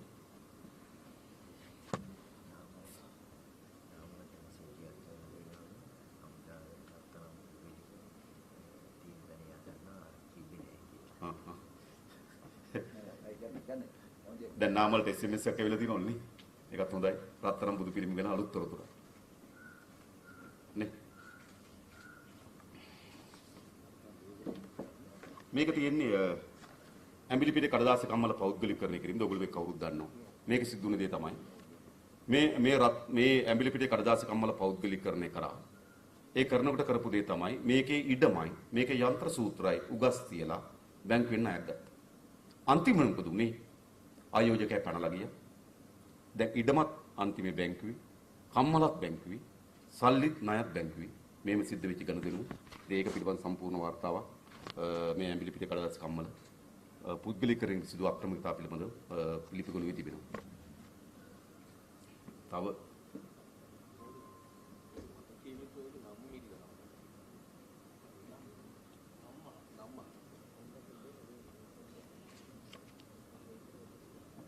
මේක නම් සාමාන්‍ය එකක්. ඉතින් මේ ජනතාව සංවර්ධන මණ්ඩලයේ GP 28 65 එයා කෙලවරේ තියෙන පොඩි ගුණයෙන් ගත්ත එක ඩිෆෙන්ඩර් රථයේ අයථා පරිහරණය පිළිබඳ ප්‍රශ්නයක් තිබෙන්නේ. මේක තියෙන්නේ හිටපු අමාත්‍යවරු දෙදෙනෙකු විසින් CB 28 65 දරන වාහනේ අයථා ලෙස පරිහරණය කිරීම පිළිබඳ තොරතුරු මේක අනාවරලා තිබෙනවා. මේක විශේෂය තමයි දැන් රජයේ වාහන ඇමතුරු පාවිච්චි කරනවා. මේ වාහනේ බාර දෙනකොට එහි එන්ජිම හා කොටස් ගලවා ඇති බව තොරතුරු අනාවරණය ඇති. ඒ අමාත්‍යවරයා පාවිච්චි කරපු වාහනේ නැවත බාර දෙනකොට එන්ජින් එක ගලවලා බාර දීලා තියෙනවා. ඒක තමයි ඒ නිසා තමයි මම බැලුවේ මේ වගේ එකක් ඇයි මේකට දැම්මේ කියලා වාහනයක් පාවිච්චි කරලා. ඒක තියෙන විශේෂය එකයි මේම තියෙන්නේ.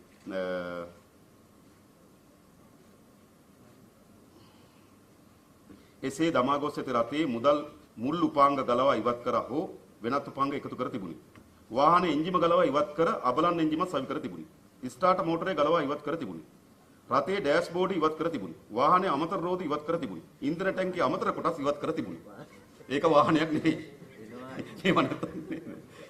ඒක ටිකක් නේ. ඒක තමයි මේක. එකේම යූරෝ මිලියන 82යි රෝහල් 2 ඉදිකිරීම සහ වෛද්‍ය උපකරණ ලබා ගැනීමට අදාළව කොන්තරාත්තුව. ඒ යූරෝ මිලියන 82න්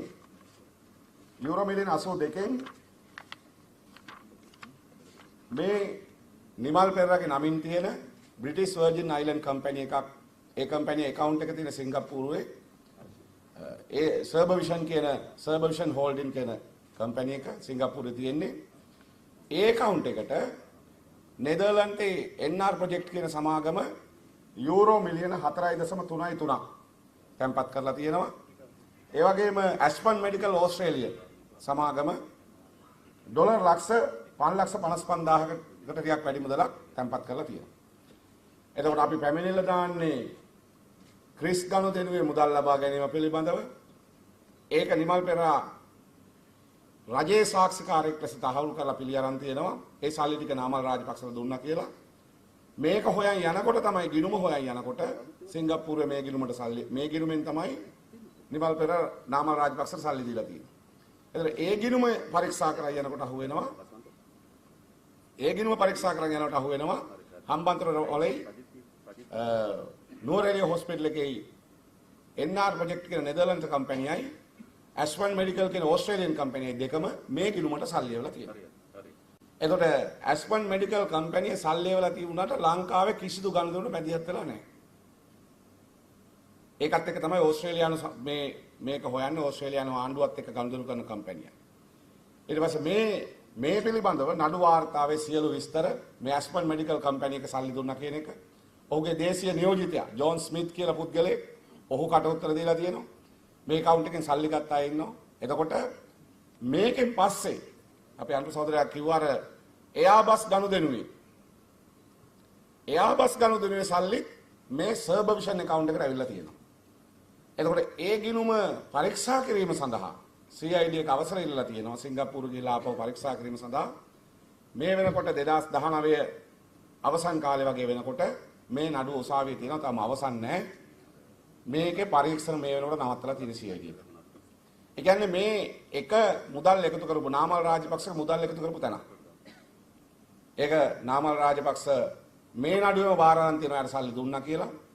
ඒතර ඒ සල්ලි එක විදියට වියදම් කරා කියලා කිව්වට ඒ තැන්වල කට උත්තර අනුව පැහැදිලිලා තියෙනවා නාමල් රාජපක්ෂ කිසි තැනක සල්ලි දෙනවා පෞද්ගලිකව පාවිච්චි කරලා තියෙන කියලා. ඒකත් එක්කම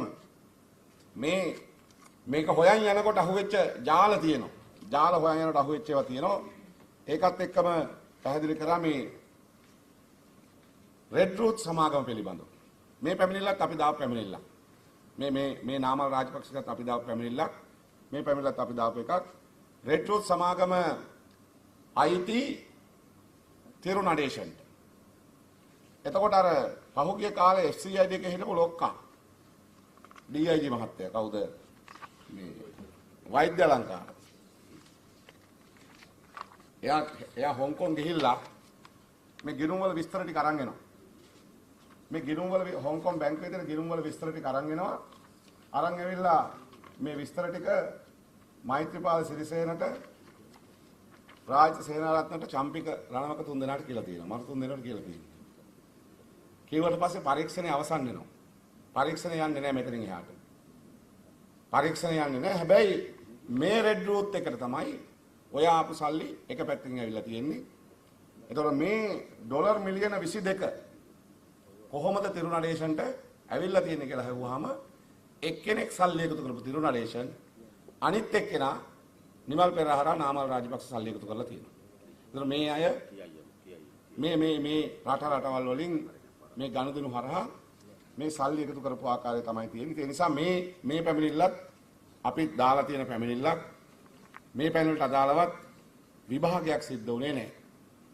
නිසා මේ අපි මෙතන සමහර ෆයිල්ස් වර්ග ගොඩක් තියෙනවා. සමහර ඒවා එනකොට එළියට එන ඒවා තමයි මේක අපි කතා කරන්නේ. ඉතින් විශේෂයෙන් කියන්න ඕනේ ගෝඨාභය රාජපක්ෂ අපි දා පැමිණිලි දෙකක් තියෙනවා. අම්මගේ තාත්තගේ සෝන හදන්න ලක්ෂ 950ක් නාවික හමුදාවෙන් සහ නාගරික සංවර්ධන අධිකාරියෙන් ගත්ත නඩුව. නඩුව නැවතුන ජනාධිපති වීම නිසා මිස නඩුවේ කරුණු ප්‍රශ්නයක් නිසා නෙමෙයි.